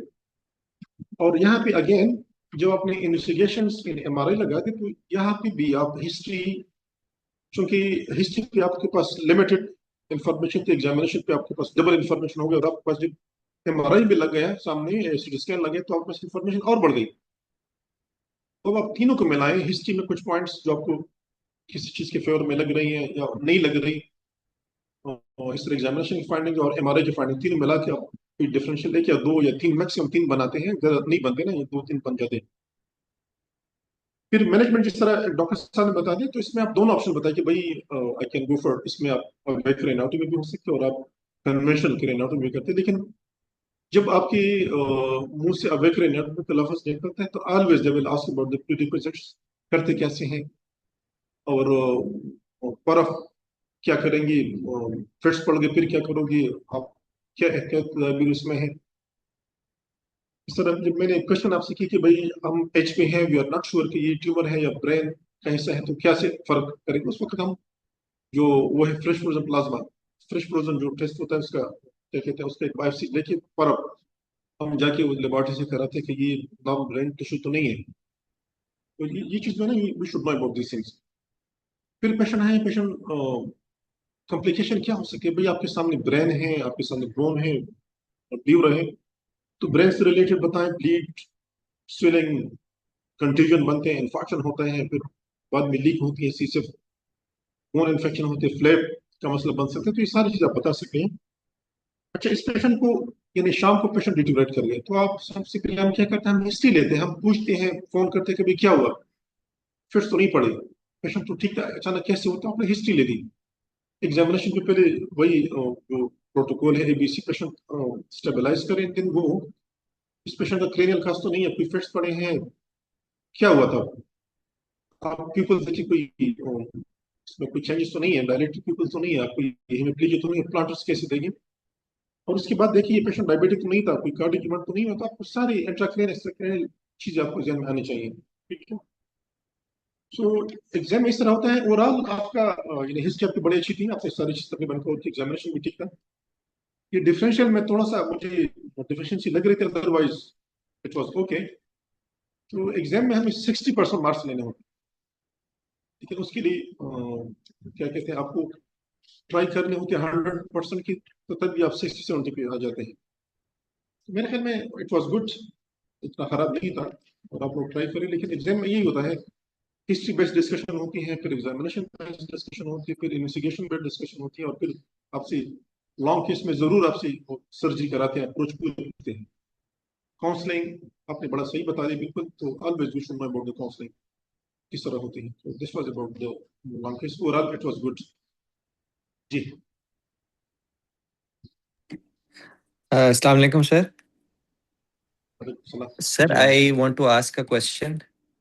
जी Sir, oligodendroglioma, if considering if it is oligodendroglioma, we send the frozen section. First of all, कि एक normal brain और neoplastic tissue की एक तो differentiation हो जाएगी, और एक फिर उसकी अपने अगर characteristics हैं, उसके पास हमारे पास अगर final biopsy पे 1p19q कोड डिलीशन आ जाती है, तो is it मतलब we ओनली हैव हमारे माइंड में होगा कि इसकी सिर्फ हम प्रोग्नोस्टिक वैल्यू होती है, या इसके लिए हम ऐसे भी कर सकते हैं कि प्री ऑप हम बायोप्सी ले लें, बायोप्सी पे अगर हम ऑपरेशन से पहले ही हमें 1p19q डिलीशन मिल जाए तो हम उसको ऑपरेट ही ना करें, ऐसा भी कोई सिनेरियो बन सकता है कि मतलब हम बता देखिए सकते उसमें हैं? ये अभी जो डिस्कशन हमारे हो रही थी नहीं, I was on the tumour border पे था कि ट्यूमर बॉर्डर पे हम हैं और हमें पता नहीं चल रहा कि ये ब्रेन नॉर्मल तो नहीं है, उसको किताब आप ये बायोप्सी करें उसी टाइम पे आपको इन्फॉर्मेशन मिलती है ना।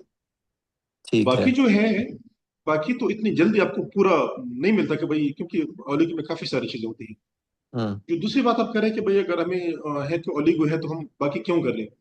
भाई देखिए इतना बड़ा रीजन है, मास इफेक्ट कर रहे हैं, मिड लाइन शिफ्ट कर रहे हैं, तो सर्जरी का मकसद सिर्फ और सिर्फ डायग्नोज नहीं होता। सर्जरी का मकसद होता है कि आप उसकी प्रॉपर डिकम्प्रेशन कर लें, और उसके बाद अगर आपने बाद में कोई कीमो या रेडिएशन देने हैं तो उसका असर बेहतर होता है। तो इसमें सिर्फ बायोप्सी करके छोड़ना, I think that will not be good. इसमें आपने डिकम्प्रेशन भी करनी हम्म। Thank you sir. ठीक। है। इसके बाद क्या है सर मेरा एक डॉक्टर? क्वेश्चन है। जी जी। सर लो ग्रेड ग्लामा का ये लास्ट एग्जाम में भी डिस्कशन थी। डॉक्टर अतर नाम ने क्वेश्चन किया था कि आप एक लो ग्रेड ग्लामा के पेशेंट को ऑपरेट करने से पहले एईजी करेंगे या नहीं करेंगे। तो उस दफा भी यही डिस्कशन हुई थी कि टू स्कूल ऑफ थॉट्स हैं। एक ये कहता है कि आप एईजी, आपके पास एमआरआई है, ट्यूमर है, आपने ऑपरेट कर देना है। लो ग्रेड ग्लामा में वैसे भी चांस रहता है कि पेशेंट को प्रोलॉन्ग एंटी एपिलेप्टिक्स लेने वो लेने हैं। और दूसरा स्कूल ऑफ थॉट ये था कि आप सर्जरी से पहले करवा लें, क्योंकि जरूरी नहीं है कि ट्यूमर ही एलेप्टोजेनिक जोन हो।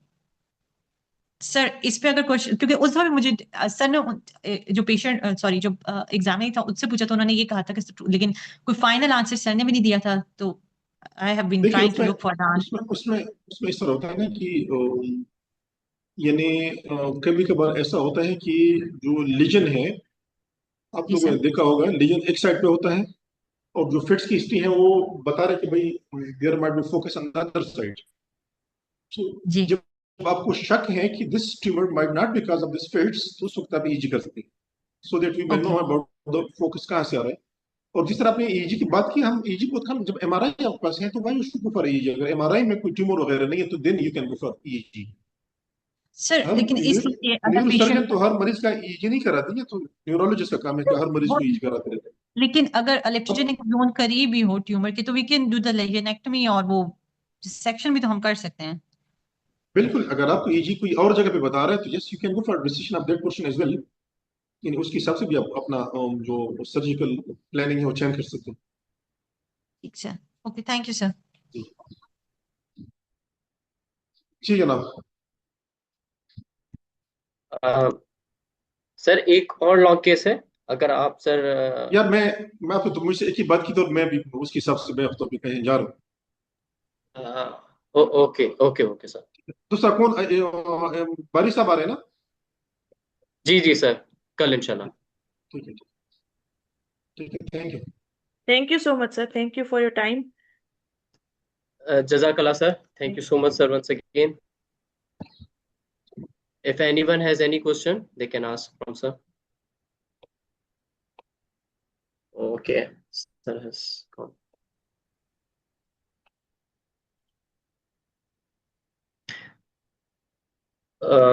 Dr. Mazhabi? जी जी। Okay, so a little feedback from my side. Overall, Dr. Tia, you were really good. One thing again I would advise is that you should be very confident. First of all, take time for the management, what you are planning. आप surgery में आपका क्या गोल है, what you want to do, what would be your approach, तो उसके बारे में you should be very confident. Sometimes there are a few recent advancements or procedures which are not done in our setups. So you can tell that ideally we should go for awake craniotomy, as in this case, it's an ideal approach and saving the motor cortex of the patient. But you can say that if the facilities are not available, then we can go for the other kind of a procedure. So the examiner's next question would be, what would you do? So you can say that ideally, sir, we should go for the awake craniotomy. And then the rest of the surgical steps, you should be very confident about it.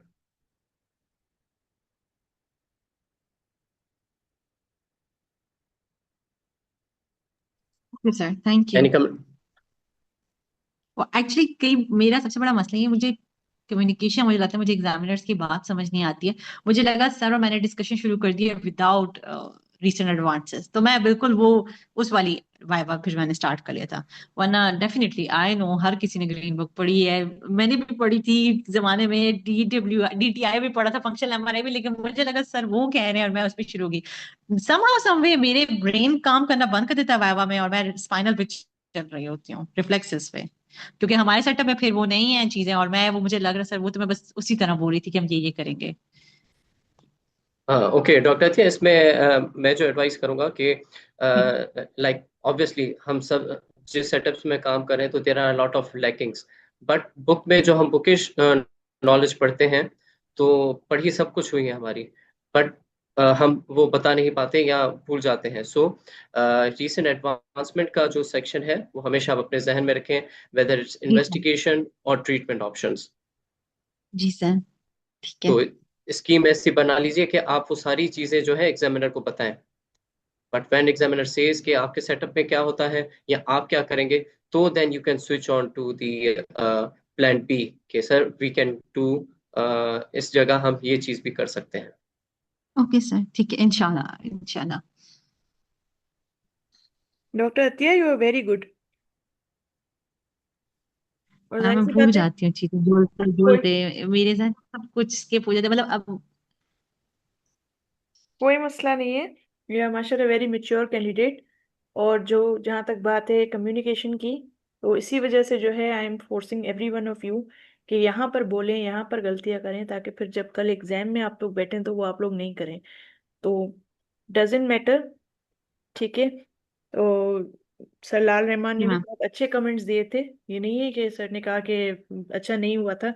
दो तीन चीजें थी, जाहिर सी बात है यही lackings हमें अभी पता चलेंगी, तो बाद में हम उसको एग्जाम में उसको जो है वो अपने आप को उससे बचा पाएंगे। तो overall you are very good Atiya.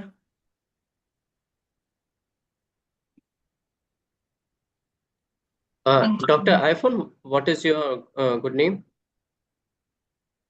My name is doctor Shahrukh. Doctor Shahrukh. जी। Okay, so Dr. Shahrukh, unfortunately, sir, Lal Arman had to leave early today. जी ठीक है, So कोई if you बात are नहीं। willing, you can do. Hello. And hello. Baba has some connectivity issues. So Dr. Shahrukh, you can do a long case tomorrow if that's fine. जी जी ठीक है, कल Tomorrow कर we'll लेंगे। be So having I would. Dr. Yes, tomorrow We we'll have be two having long Dr. cases for Ehsan tomorrow as Bari. well. ठीक है, कल कर लेंगे। Dr. Mazami, you want to continue with the. Yes, I want to just give a brief overview of.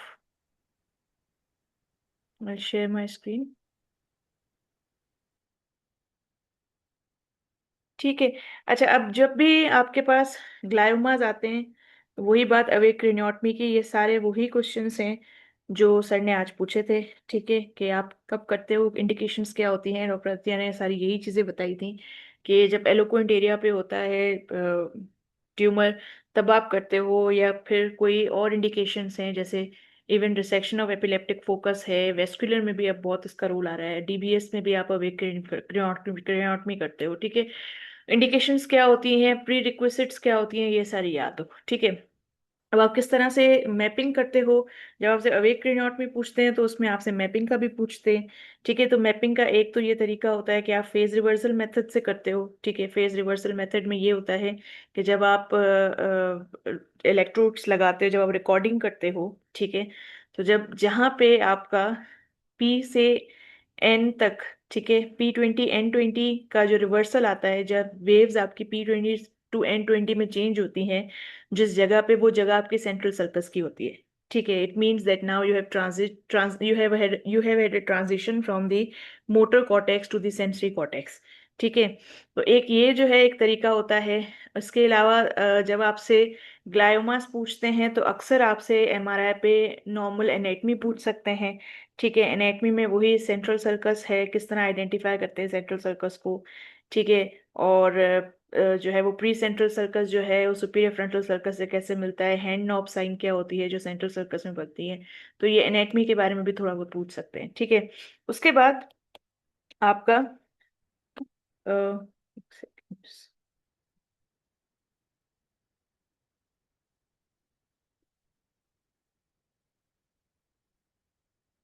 Is my screen visible? Okay. अच्छा, अब आते हैं sensory motor mapping पे, ठीक है। सेंसरी मोटर मैपिंग जो होती है, it is done with the patient under GA, ठीक है। ये आप अवेक में करते हो, ठीक है। कब करते हो, ये सारे आपको स्टेप्स पता हों कि आप जो टेक्निक होती है आपकी अवेक क्रेनियोटमी की, जब आप उसमें पेशेंट को जब ड्यूरा ओपन करते हो उसके बाद आप कॉर्टिकल मैपिंग स्टार्ट करते हो, ठीक है। तो उसमें वही चीजें हैं, आप कैसे स्टिमुलेशन स्टार्ट करते हो with 1 milli ampere, and then कहाँ से स्टार्ट करते हो, प्राइमरी मोटर कॉर्टेक्स पे, ठीक है। जो आप सस्पेक्ट कर रहे हो कि ये प्राइमरी मोटर कॉर्टेक्स है, अगर आपको 1 मिली एम्पियर पे कॉर्टिकल जो है वो आफ्टर डिस्चार्जेस मिलते हैं, ठीक है, आपको रीडिंग्स मिलती हैं, तो यू देन कंटिन्यू, और फिर आप उसी तरह से जाते हुए देखते हो कि फेज रिवर्सल आपको कहाँ पे मिल रहा है, ठीक है। अगर नहीं मिल रहा होता 1 मिली एम्पियर पे, then you go and increase the current with an interval of 0.5 milli ampere, ठीक है, to see either an overt motor response और रिप्रोड्यूसिबल ईएमजी एक्टिविटी, ठीक है। दो तरीके होते हैं, या तो पेशेंट जो होता है उसमें आपको मोटर रिस्पॉन्स मिलता है, उसका नुकसान ये होता है कि पेशेंट को ज्यादा इलेक्ट्रिकल करंट देना होता है, क्योंकि मोटर रिस्पॉन्स देखने के लिए यू नीड मोर करंट, ठीक है, मोर स्टिमुलेशन। बाकी जो वो पेशेंट होता है जिसमें आप इलेक्ट्रिकल जो है वो ईएमजी की फाइंडिंग्स देख रहे होते हो, तो ईएमजी की वेव्स जो है इवन कम इलेक्ट्रिकल स्टिमुलेशन पे भी आ रही होती हैं। तो दीज आर टू मेथड्स। तो EMG based method is more sensitive, ठीक है। क्यों? Because it allows for decrease stimulation threshold and decrease risk for intraoperative seizure, ठीक है। जो भी आपको जिस जगह पे जो जो आफ्टर डिस्चार्जेस मिल रहे हैं, जो मूवमेंट्स या ईएमजी इलेक्ट्रिकल एक्टिविटी मिल रही है, उनको आप नंबर कर देते हो, ठीक है, और उसको जो है आप एमआरआई पे उस पे नेविगेशन पे जो है वो सेव कर लेते हो, ठीक है। इसी तरह जो हमने मोटर की है, सेंसरी भी आप इसी तरह करते हो इन द पोस्ट सेंट्रल जाइरस, ठीक है। और उस वक्त क्योंकि पेशेंट अवेक होता है, तो आपको बता रहा होता है, जब आप सेंसरी कॉर्टेक्स पे स्टिमुलेट कर रहे होते हो तो वो बता रहा होता है कि मुझे किस जगह पे एनेस्थीसिया या डिसएस्थीसिया फील हो रहे हैं, ठीक है। ये आपका सेंसरी मोटर था। फिर जो लैंग्वेज मैपिंग होता है, लैंग्वेज मैपिंग जो है, अच्छा, सेंसरी मोटर मैपिंग आप अवेक और अस्लीप दोनों में कर सकते हो, ठीक है। लेकिन लैंग्वेज मैपिंग के आपको हमेशा अवेक में ही आप कर सकते हो, ऑब्वियसली वो आप जो है वो अस्लीप में नहीं कर सकते हो, ठीक है। तो लैंग्वेज मैपिंग का हमें पता है कि वही आप टेम्पोरल लोब, क्योंकि अब जो ये केस था ये टेम्पोरल को इन्वॉल्व करा था, तो इसमें लैंग्वेज मैपिंग का बहुत ज्यादा रोल है लेफ्ट साइड पे, ठीक है। वो भी इसी तरह से करते हैं, आप स्टार्ट करते हो विथ लो करंट, ठीक है, और you see for after discharges, ठीक है, और उसके बाद you increase the current to a maximum of 10 milli amperes, ठीक है। उसके बाद जो है वो आप इससे ज्यादा जो है वो लेकर नहीं जाते हो, ज्यादा से ज्यादा 10 तक जा सकते हो, ठीक है। और फिर आप जब करे होते हो, इंक्रीज करे होते हो करंट, ठीक है, जिस जिस करंट पे पेशेंट को आफ्टर डिस्चार्जेस होते हैं, आफ्टर डिस्चार्जेस का क्या मतलब होता है, पेशेंट को आप स्टिमुलेट कर रहे हो और साथ साथ उनको एक जो है वो मल्टीपल पिक्चर्स दिखा रहे होते हो, और बोल रहे होते हो कि इस पिक्चर का फॉर एग्जांपल कोई बॉल दिखा दी, कोई चेयर दिखा दी, ठीक है। वो पेशेंट आइडेंटिफाई कर रहा होता है और उसको नाम दे रहा होता है। जब आप उस पर्टिकुलर मोटर एरिया को आइडेंटिफाई करने के लिए आप उसको स्टिमुलेट करते हो, there is a speech arrest, ठीक है। तो ये यही लिखा हुआ है कि stimulate the cortex while patient names objects on picture cards, ठीक है। Observe for the following effects. क्या हो सकता है? Total speech arrest on the dominant hemisphere occurs typically in pars opercularis, ठीक है। पार्स ओपर्क्युलरिस और पार्स ट्रायंगुलरिस जो होते हैं, ये दो पार्ट्स मिला के they make up the Broca's area, ये पूछते हैं। बेसिकली जो आपका इंफीरियर फ्रंटल लोब होता है, इंफीरियर फ्रंटल जो है उसका जाइरस होता है, it has 3 parts, it has pars orbitalis, pars triangularis and pars opercularis, ठीक है। तो pars opercularis and pars triangularis they combinedly make up the Broca's area, ठीक है। तो जब आपको पेशेंट जिस जगह पे आपको स्पीच अरेस्ट मिलता है, that part is suggestive of pars opercularis, ठीक है। तो ये ज्यादातर यही चीज स्पीच अरेस्ट का आपको पता होना चाहिए, बाकी चीजें हैं लेकिन स्पीच अरेस्ट जो है ये मोस्टली हम लोग देखते हैं। ठीक है, इसी तरह से आप एक जगह को आपने आइडेंटिफाई कर लिया कि this is the part of pars opercularis, because इस जगह को स्टिमुलेट करने से पेशेंट को स्पीच अरेस्ट हो रहा है, तो then you label it and then you go forward and backward to identify other areas of speech. ठीक है, फिर वही जीए सॉरी जो अवेक है उसके जो मेथड्स हमें सारे पता हैं, ये ग्रीनबर्ग में अच्छे लिखे हुए हैं कि एक दूसरा तो आप अवेक अवेक अवेक करते हो जिसमें आप सिर्फ सिडेशन देते हो, और दूसरे में आप awake asleep asleep awake asleep करते हो जिसमें आप जिए देते हो लेकिन पेशेंट बेसिकली जो है वो बीच में आप अवेक करते हो। ठीक है, तो जो मॉनिटर्ड एनेस्थीसिया केयर जो आप अवेक अवेक अवेक करते हो, ठीक है, उसमें पेशेंट को जो सबसे इम्पोर्टेंट है उसकी टेक्निक के sedation आप is given at the start of procedure and deepen during these steps। ठीक है, जब आप ड्यूरा ओपन कर लेते हो उसके बाद आप या तो sedation स्टॉप करते हो या डिक्रीज करते हो, ब्रेन मैपिंग करते हो, अब एक सर्जरी करते हो ट्यूमर रिसेक्शन, उसके बाद जब आप ड्यूरा क्लोज करना शुरू करते हो तो उसके बाद दोबारा आप पेशेंट को एनेस्थीसिया डीपन करते हो। ठीक है, मेडिकेशंस में डेक्समेडिटोमिडीन प्रेसिडिक्स का आपको पता हो। ठीक है, इसका मैकेनिज्म क्या होता है और इसको क्यों यूज करते हैं, मैकेनिज्म इसका इज एन अल्फा 2 एगोनिस्ट। ठीक है, it's an ideal drug that has all these three properties and the most important is that it do not cause respiratory depression या रेज्ड आईसीपी। ठीक है, दैट्स वाई, और इसकी half life भी बहुत छोटी होती है। ठीक है, तो इस that is why it is a very ideal drug for awake training. जो अस्लीप जो होती है जीए में जो आप करते हो जिसमें आप सिर्फ बीच में अवेक करते हो, उसमें आप एयरवे सिक्योर करते हो, उसमें जब आप ब्रेन मैपिंग जब करने वाले होते हो तब पेशेंट को बीच में से आप अवेक करते हो। ठीक है, बाकी सारी उसमें वही दवाइयाँ यूज होती हैं जो हमारी जीए में यूज होती हैं। ठीक है, स्केल ब्लॉक का पूछते हैं, वो डॉक्टर अतिया ने बिल्कुल सही बताया, यही सारी चीजें हैं। ब्यूपीवकेन देते हो, कहाँ कहाँ देते हो। ठीक है, ये चार पांच जो पॉइंट्स हैं ये आपको याद, चार पांच पॉइंट्स जिस जगह देते हो। कॉन्ट्रा इंडिकेशंस आपको अवेक की पता है कि पेशेंट जो है स्पेशली उसकी एज और कॉपरेशन अगर है तो आप कर सकते हो, अदरवाइज नहीं कर सकते हो। ठीक है, कॉम्प्लिकेशंस यही हैं। ठीक है, अच्छा दूसरा जो कोई भी एरिया अगर आपको फॉर एग्जांपल फंक्शनल एमआरआई का पूछते हैं, इसमें मैंने ये एक लिखा था, direct electrical stimulation remains the gold standard for understanding the criticality of a particular brain region। ठीक है, फंक्शनल एमआरआई और डीटीआई का थोड़ा बहुत आइडिया हो, ग्रीनबर्ग में लिखा हुआ है। डीटीआई के जो ट्रैक्ट्स हैं वो थोड़े बहुत याद होने चाहिए, ये मैंने आगे यहाँ पे मेंशन किए हैं। ठीक है, किस कलर को, जाहिर सी बात है जब आप कॉर्टिकल किसी भी लीजन की बात करे हो, ग्लायोमास की बात करे हो, तो उसमें आपसे ट्रैक्ट्स के बारे में पूछ सकते हैं, डीटीआई के बारे में पूछ सकते हैं, तो यू शुड नो एटलीस्ट कि किस कलर से कौन से ट्रैक्ट्स को हम करते हैं और किसी पर्टिकुलर लीजन में कौन से ट्रैक्ट्स इन्वॉल्व हो रहे होते हैं। जैसे फॉर एग्जांपल हमारा इंसुलर ग्लायोमा है तो उसमें कौन कौन से ट्रैक्ट्स इन्वॉल्व हो सकते हैं। ठीक है, या हमारा बटरफ्लाई ग्लायोमा है फ्रंटल का, तो उसमें कॉर्पस कैलोजम है, सुपीरियर लॉन्गिट्यूडिनल फेसिकुलस। ठीक है, या जो अभी मैंने कहा कि इंसुलर ग्लायोमा उसमें अनसिनेट फेसिकुलस इन्वॉल्व हो सकता है। तो एटलीस्ट आपको थोड़ी सी लोकेशन पता हो कि कौन सा ट्रैक्ट किस जगह पे होता है, कौन से फाइबर्स किस जगह पे होते हैं और किस तरह से हम जो है उसको नोट कर मतलब नजर आते हैं डीटीआई पे। ठीक है, so the blue fibres are superior inferior tracts, that is जो हमारे होते हैं जैसे फॉर एग्जांपल इंटरनल कैप्सूल है।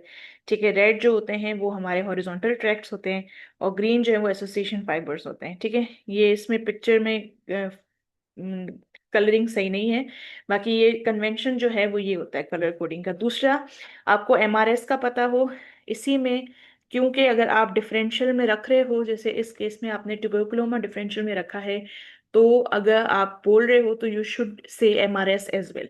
ठीक है, एमआरएस की पीक्स आपको आनी चाहिए। ठीक है, एनए पीक कब होती है, कोलिन पीक कब होती है, so this is the normal MRI MRS जिसमें आपकी एनए पीक होती है, and this is the one that is suggestive of glioma, specially high grade glioma जिसमें कोलिन की पीक होती है। तो ये आपको पता हो, स्पेशली यहाँ पे भी आपको जैसे इसमें कोलिन की पीक है। ठीक है, this is one of the cases of insular glioma, should know how to read an MRS as well. फिर एक और आखिर में मैं कुछ दो तीन वर्ड्स कहूंगी about the new classification of gliomas. जो हमारे 2021 की क्लासिफिकेशन है उसमें the gliomas are broadly divided into 6 groups. ठीक है, we have adult type diffuse gliomas, pediatric type diffuse low grade and high grade gliomas, and circumscribed astrocytic gliomas, glioneuronal and neuronal tumors and ependymal tumors. एपेंडाइमोमा की classification हमने पिछले brain tumours के module में देख ली थी. Now let's look at the classification of the gliomas. ठीक है, एडल्ट ग्लायोमास जो हैं उनको अब डिवाइड किया गया है इनटू 3 ग्रुप्स. ठीक है, so there is, if I can show you, I don't know what's the problem.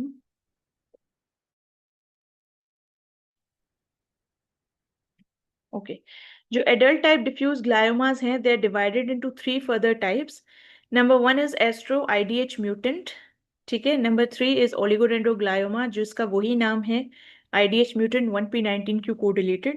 And the third is glioblastoma. ठीक है. अब फर्क क्या है, जो आपकी पिछली क्लासिफिकेशन थी उसमें हम वर्ड्स यूज करते थे grade 1, 2, 3, 4. That is the low grade glioma and high grade glioma and pilocytic astro. Grade 1 को हम कहते थे piloastro. ग्रेड 2 और ग्रेड 2 को हम कहते थे diffuse gliomas, grade 3 anaplastic and grade 4 glioblastoma multiforme. अब ये क्लासिफिकेशन नहीं है. अब क्लासिफिकेशन के हिसाब से जो एक एडल्ट टाइप ग्लायोमास हैं, एडल्ट के जो ग्लायोमास हैं, they divided into adult type diffuse gliomas and circumscribed astrocytic gliomas. ठीक है, सर्कमस्क्राइब्ड एस्ट्रोसाइटिक ग्लायोमास में आपके वो सारे आगे जो ग्रेड 1 है, पाइलोएस्ट्रो, प्लियोमॉर्फिक ज़ैंथोएस्ट्रो, सेगा आ गया आपका. ठीक है, और जो डिफ्यूज ग्लायोमास हैं उसमें फिर हम देखते हैं कि अगर किसी पेशेंट में IDH म्यूटेंट है बट 1p19q को डिलीशन नहीं है, दैट इज एस्ट्रोसाइटोमा IDH म्यूटेंट. उसी में अगर IDH म्यूटेंट है बट 1p19q को डिलीशन है, it is oligodendroglioma IDH mutant 1p19q को डिलीशन. और जिसमें IDH डिलीशन नहीं है but the features are suggestive of a diffuse glioma, it's glioblastoma IDH wild type. ठीक है, उसके बाद जो है ग्लायोब्लास्टोमा, वैसे अगर कोई भी ट्यूमर, ग्लायल ट्यूमर जिस जो IDH वाइल्ड टाइप होता है, वो by default is glioblastoma. But if we are not sure about it, we can go for next generation sequencing to identify any of these 4 abnormalities. ठीक है, EGFR amplification, TERT promoter mutation, gain of 7, loss of 10 chromosome, CDKN2A2B deletion. अगर इन चारों में से कोई एक चीज भी है तो it is also very suggestive or establish the diagnosis of glioblastoma. ठीक है, अगर क्योंकि हिस्टोलॉजी पे अब इतनी इंपॉर्टेंस नहीं है in 2021 classification, all depends upon the molecular genotype and molecular pathogen, मतलब molecular marking. तो इसी वजह से ग्लायोब्लास्टोमा भी इसी पे डिपेंड करता है, भले उसके हाई ग्रेड ग्लायोमा के फीचर्स आपके हिस्टोलॉजी पे ना. ठीक है, दूसरा MGMT जीन के बारे में पूछ सकते हैं. ऑब्वियसली पता है हमें कि it decides the response to temozolomide and overall survival. IDH mutant, अगर हम एस्ट्रोसाइटिक जो हमने कहा कि IDH म्यूटेंट जो ट्यूमर्स होते हैं उनमें क्या होता है, ATRX की म्यूटेशन होती है but there is absence of 1p19q को डिलीशन. तो वही अगर 1p19q को डिलीशन होगी तो वो ओलिगो होगा. ठीक है, अच्छा, दूसरा एडल्ट, अगर हम इसको ओवरऑल समराइज करें 2021 की क्लासिफिकेशन को, तो हमारे पास कौन से 3 ट्यूमर्स हैं एडल्ट टाइप डिफ्यूज ग्लायोमास में? We have astrocytoma IDH mutant, oligodendroglioma, which is the full name is IDH mutant 1p19q co-deletion, and glioblastoma IDH wild type. एस्ट्रोसाइटोमा में क्या क्या होता है, ATRX या p53 म्यूटेशन होती है और 1p19q को डिलीशन नहीं होती है. ये ग्रेड 2 भी हो सकते हैं, ग्रेड 3 भी हो सकते हैं, that is determined on histology. ठीक है, ओलिगोडेंड्रोग्लायोमा भी ग्रेड 2 या 3 हो सकता है जो आप हिस्टोलॉजी पे बताते हो, but the important thing is 1p19q को deletion. Glioblastoma is always grade 4. उसको आप कैसे आइडेंटिफाई करते हो? Whether by histological features of grade 4 जो होते हैं, there is microvascular proliferation and necrosis. दूसरा CDKN2A2B डिलीशन और एनी ऑफ दीज. ठीक है, जो अभी हमने बात की थी, EGFR amplification, TERT promoter mutation, gain of 7, loss of 10 chromosome. ठीक है, तो this is the summary of all the changes that is done in 2021 classification. इसको पढ़ लेते हैं. ठीक है, number 1, एस्ट्रोसाइटोमा IDH mutant, it covers the grades 2, 3 and 4 and there is no term of glioblastoma IDH mutant in the new classification.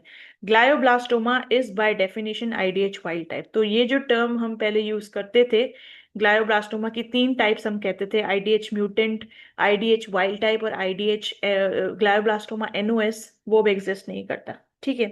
Diffuse midline glioma को जो है H3K27 जो पहले म्यूटेंट का नाम दिया जाता था, अब ऑल्टर्ड का नाम दिया जाता है। तो the proper term now is diffuse midline glioma H3K27 altered, not mutant। ठीक है। अच्छा, सुप्राटेंटोरियल एपेंडाइमोमा का हमने बात किया था कि जेफ्टा फ्यूजन पॉजिटिव और रेला फ्यूजन पॉजिटिव 2 टाइप्स होते हैं। एपेंडाइमोमा की क्लासिफिकेशन हमने पिछली दफा पढ़ी थी। ठीक है। सॉलिटरी फाइब्रस ट्यूमर जो है, जो हेमेंजियोपेरिसाइटोमा का वर्ड था, उसको अब यूज नहीं करते, we set solitary fibrous tumour. पहले भी इसका यही नाम था, but haemangiopericytoma was used interchangeably, अब नहीं करते। क्रेनियोफेरेंजियोमा का हमने कहा था पिछली दफा जब हमने पढ़ा था, तो क्रेनियोफेरेंजियोमा को हमने कहा था कि दे are 2 subtypes, adamantinomatous and papillary, but now they are not considered as subtypes, rather they are considered as separate types of craniopharyngiomas. ठीक है। और पिट्यूटरी एडिनोमा को जो है वो अब जो है पिटनेट के नाम से, पिट्यूटरी न्यूरो एंडोक्राइन ट्यूमर्स के नाम से कहा जाता है। So this is all about from my side. If there is any question from gliomas, you people can ask.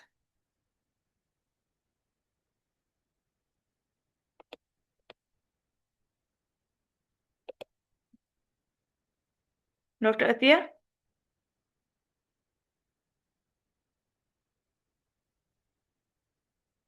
Is Dr. Athiya here?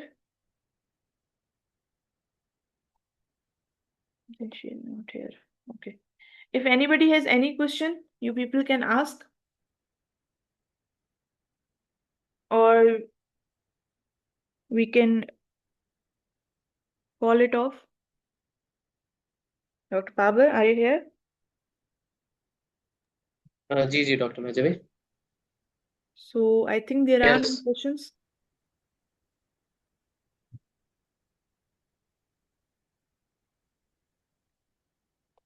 I think let's call it a day. और कल के लिए again those who want to volunteer, एक doctor Shahrukh हैं, कल इंशाल्लाह मिलते हैं फिर with 2 long cases, Dr. S. Anbari. Okay, okay. Thank you. Allah Hafiz. Hafiz. कल 2 लॉन्ग केस हो गए मेरे या 1 लॉन्ग केस होगा, मैं ये पूछना। 2 लॉन्ग केस हैं। ठीक आज भी हमारी ठीक है। कोशिश थी 2 लॉन्ग केसेस कर पाए, लेकिन अच्छा। सर को थोड़ी सी जल्दी जाना था। चलो That's why ठीक है I इंशाल्लाह। didn't. Okay, thank you. Okay. Allah Allah Hafiz. Allah Hafiz.